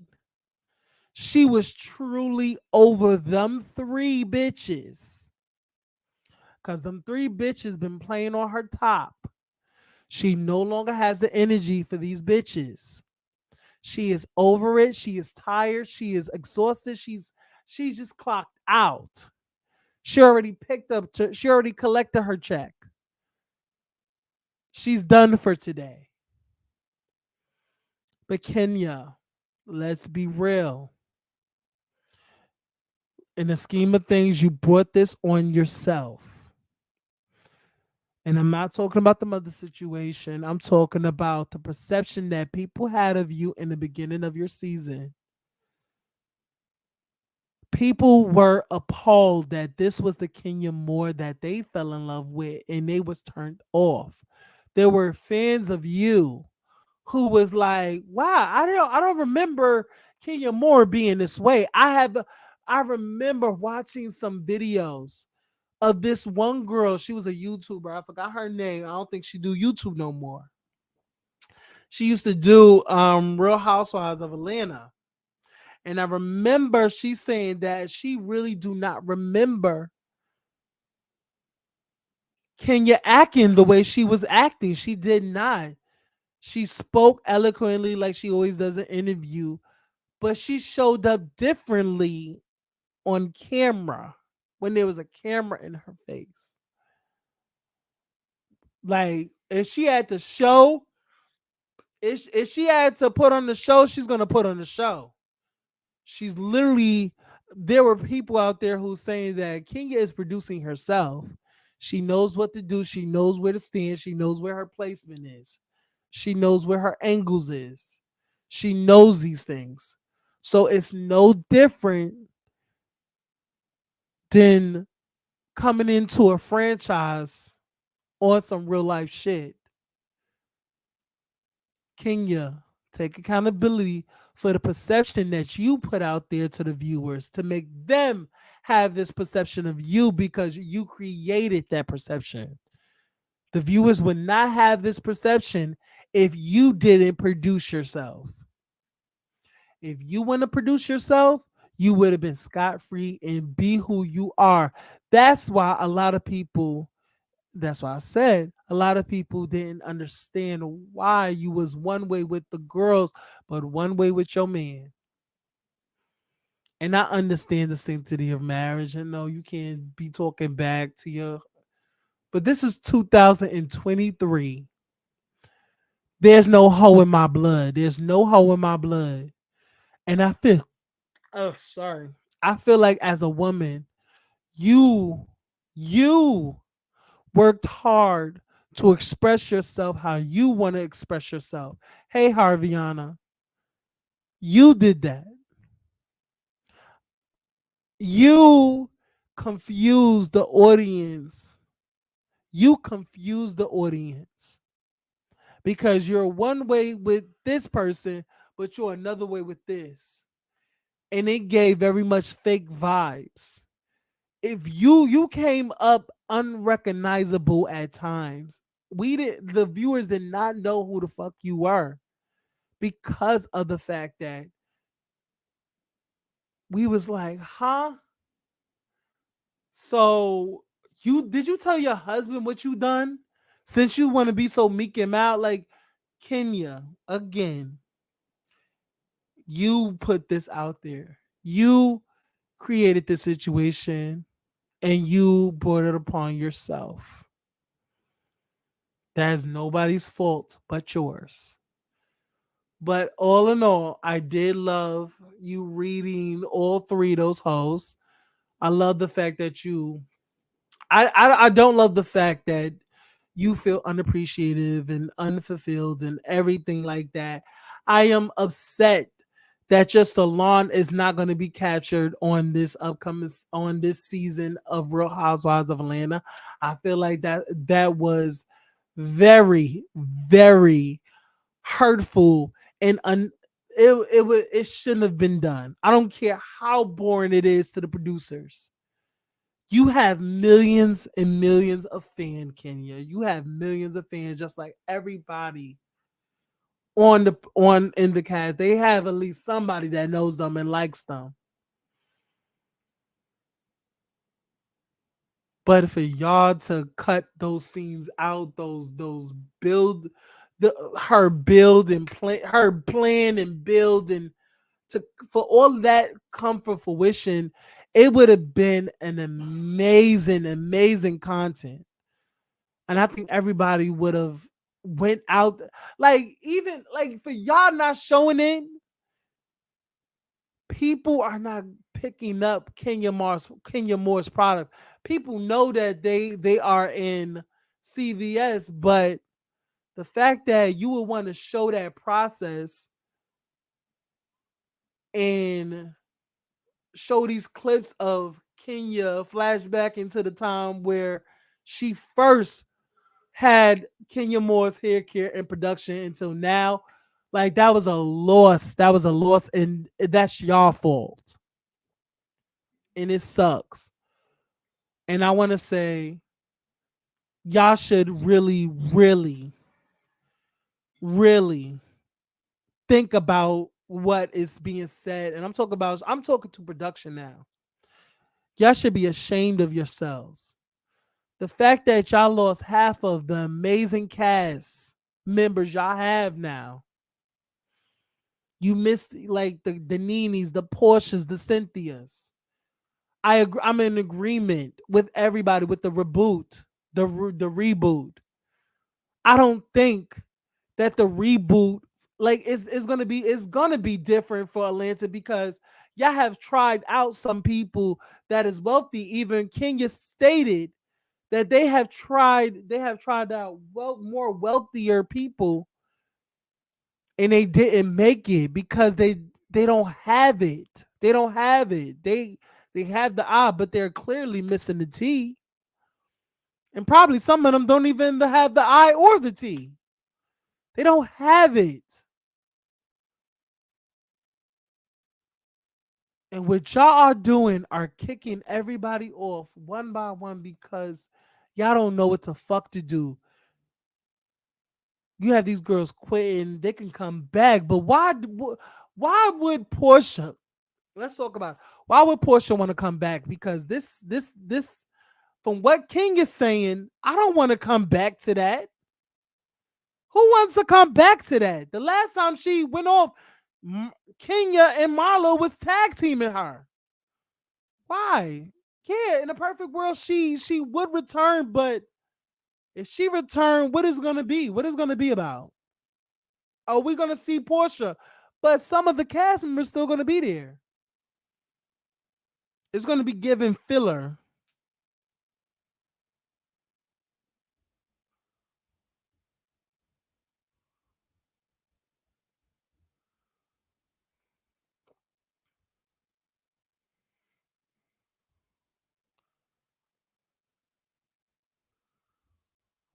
Like, let's be real. Like, it's just so disheartening. It's really disheartening.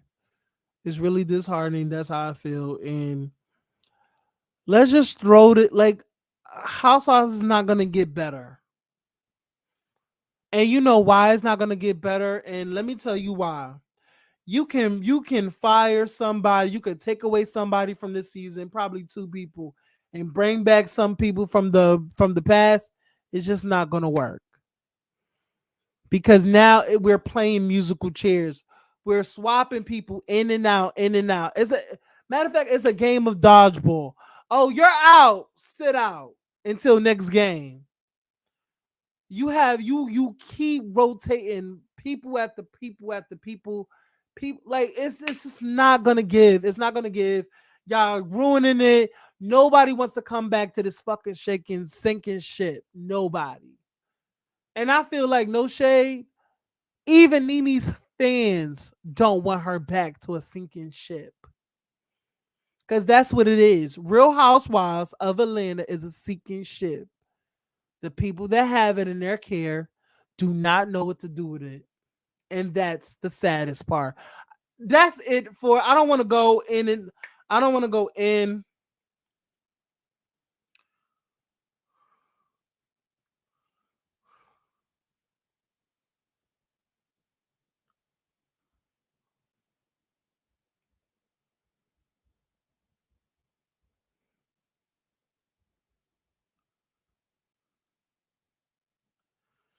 So I want everybody to like, comment, and subscribe to my channel. I want everybody to like, comment, and subscribe. Follow my all of my social medias in the description below. I want everybody to have a great night. I'm sorry I've been here for 3 freaking hours and it's 1:00 in the morning. Thank you to everybody that stayed. Thank you, Katiana. Great take, Aaron. Thank you. Thank you for staying up with me. I just had to get this over because if the Wi-Fi would have blanked out, it would have been a wrap. So I just want everybody to have a great day. Like this video, share this video, and subscribe to my channel, Aaron Wazal. Love you guys. Good night. Bye.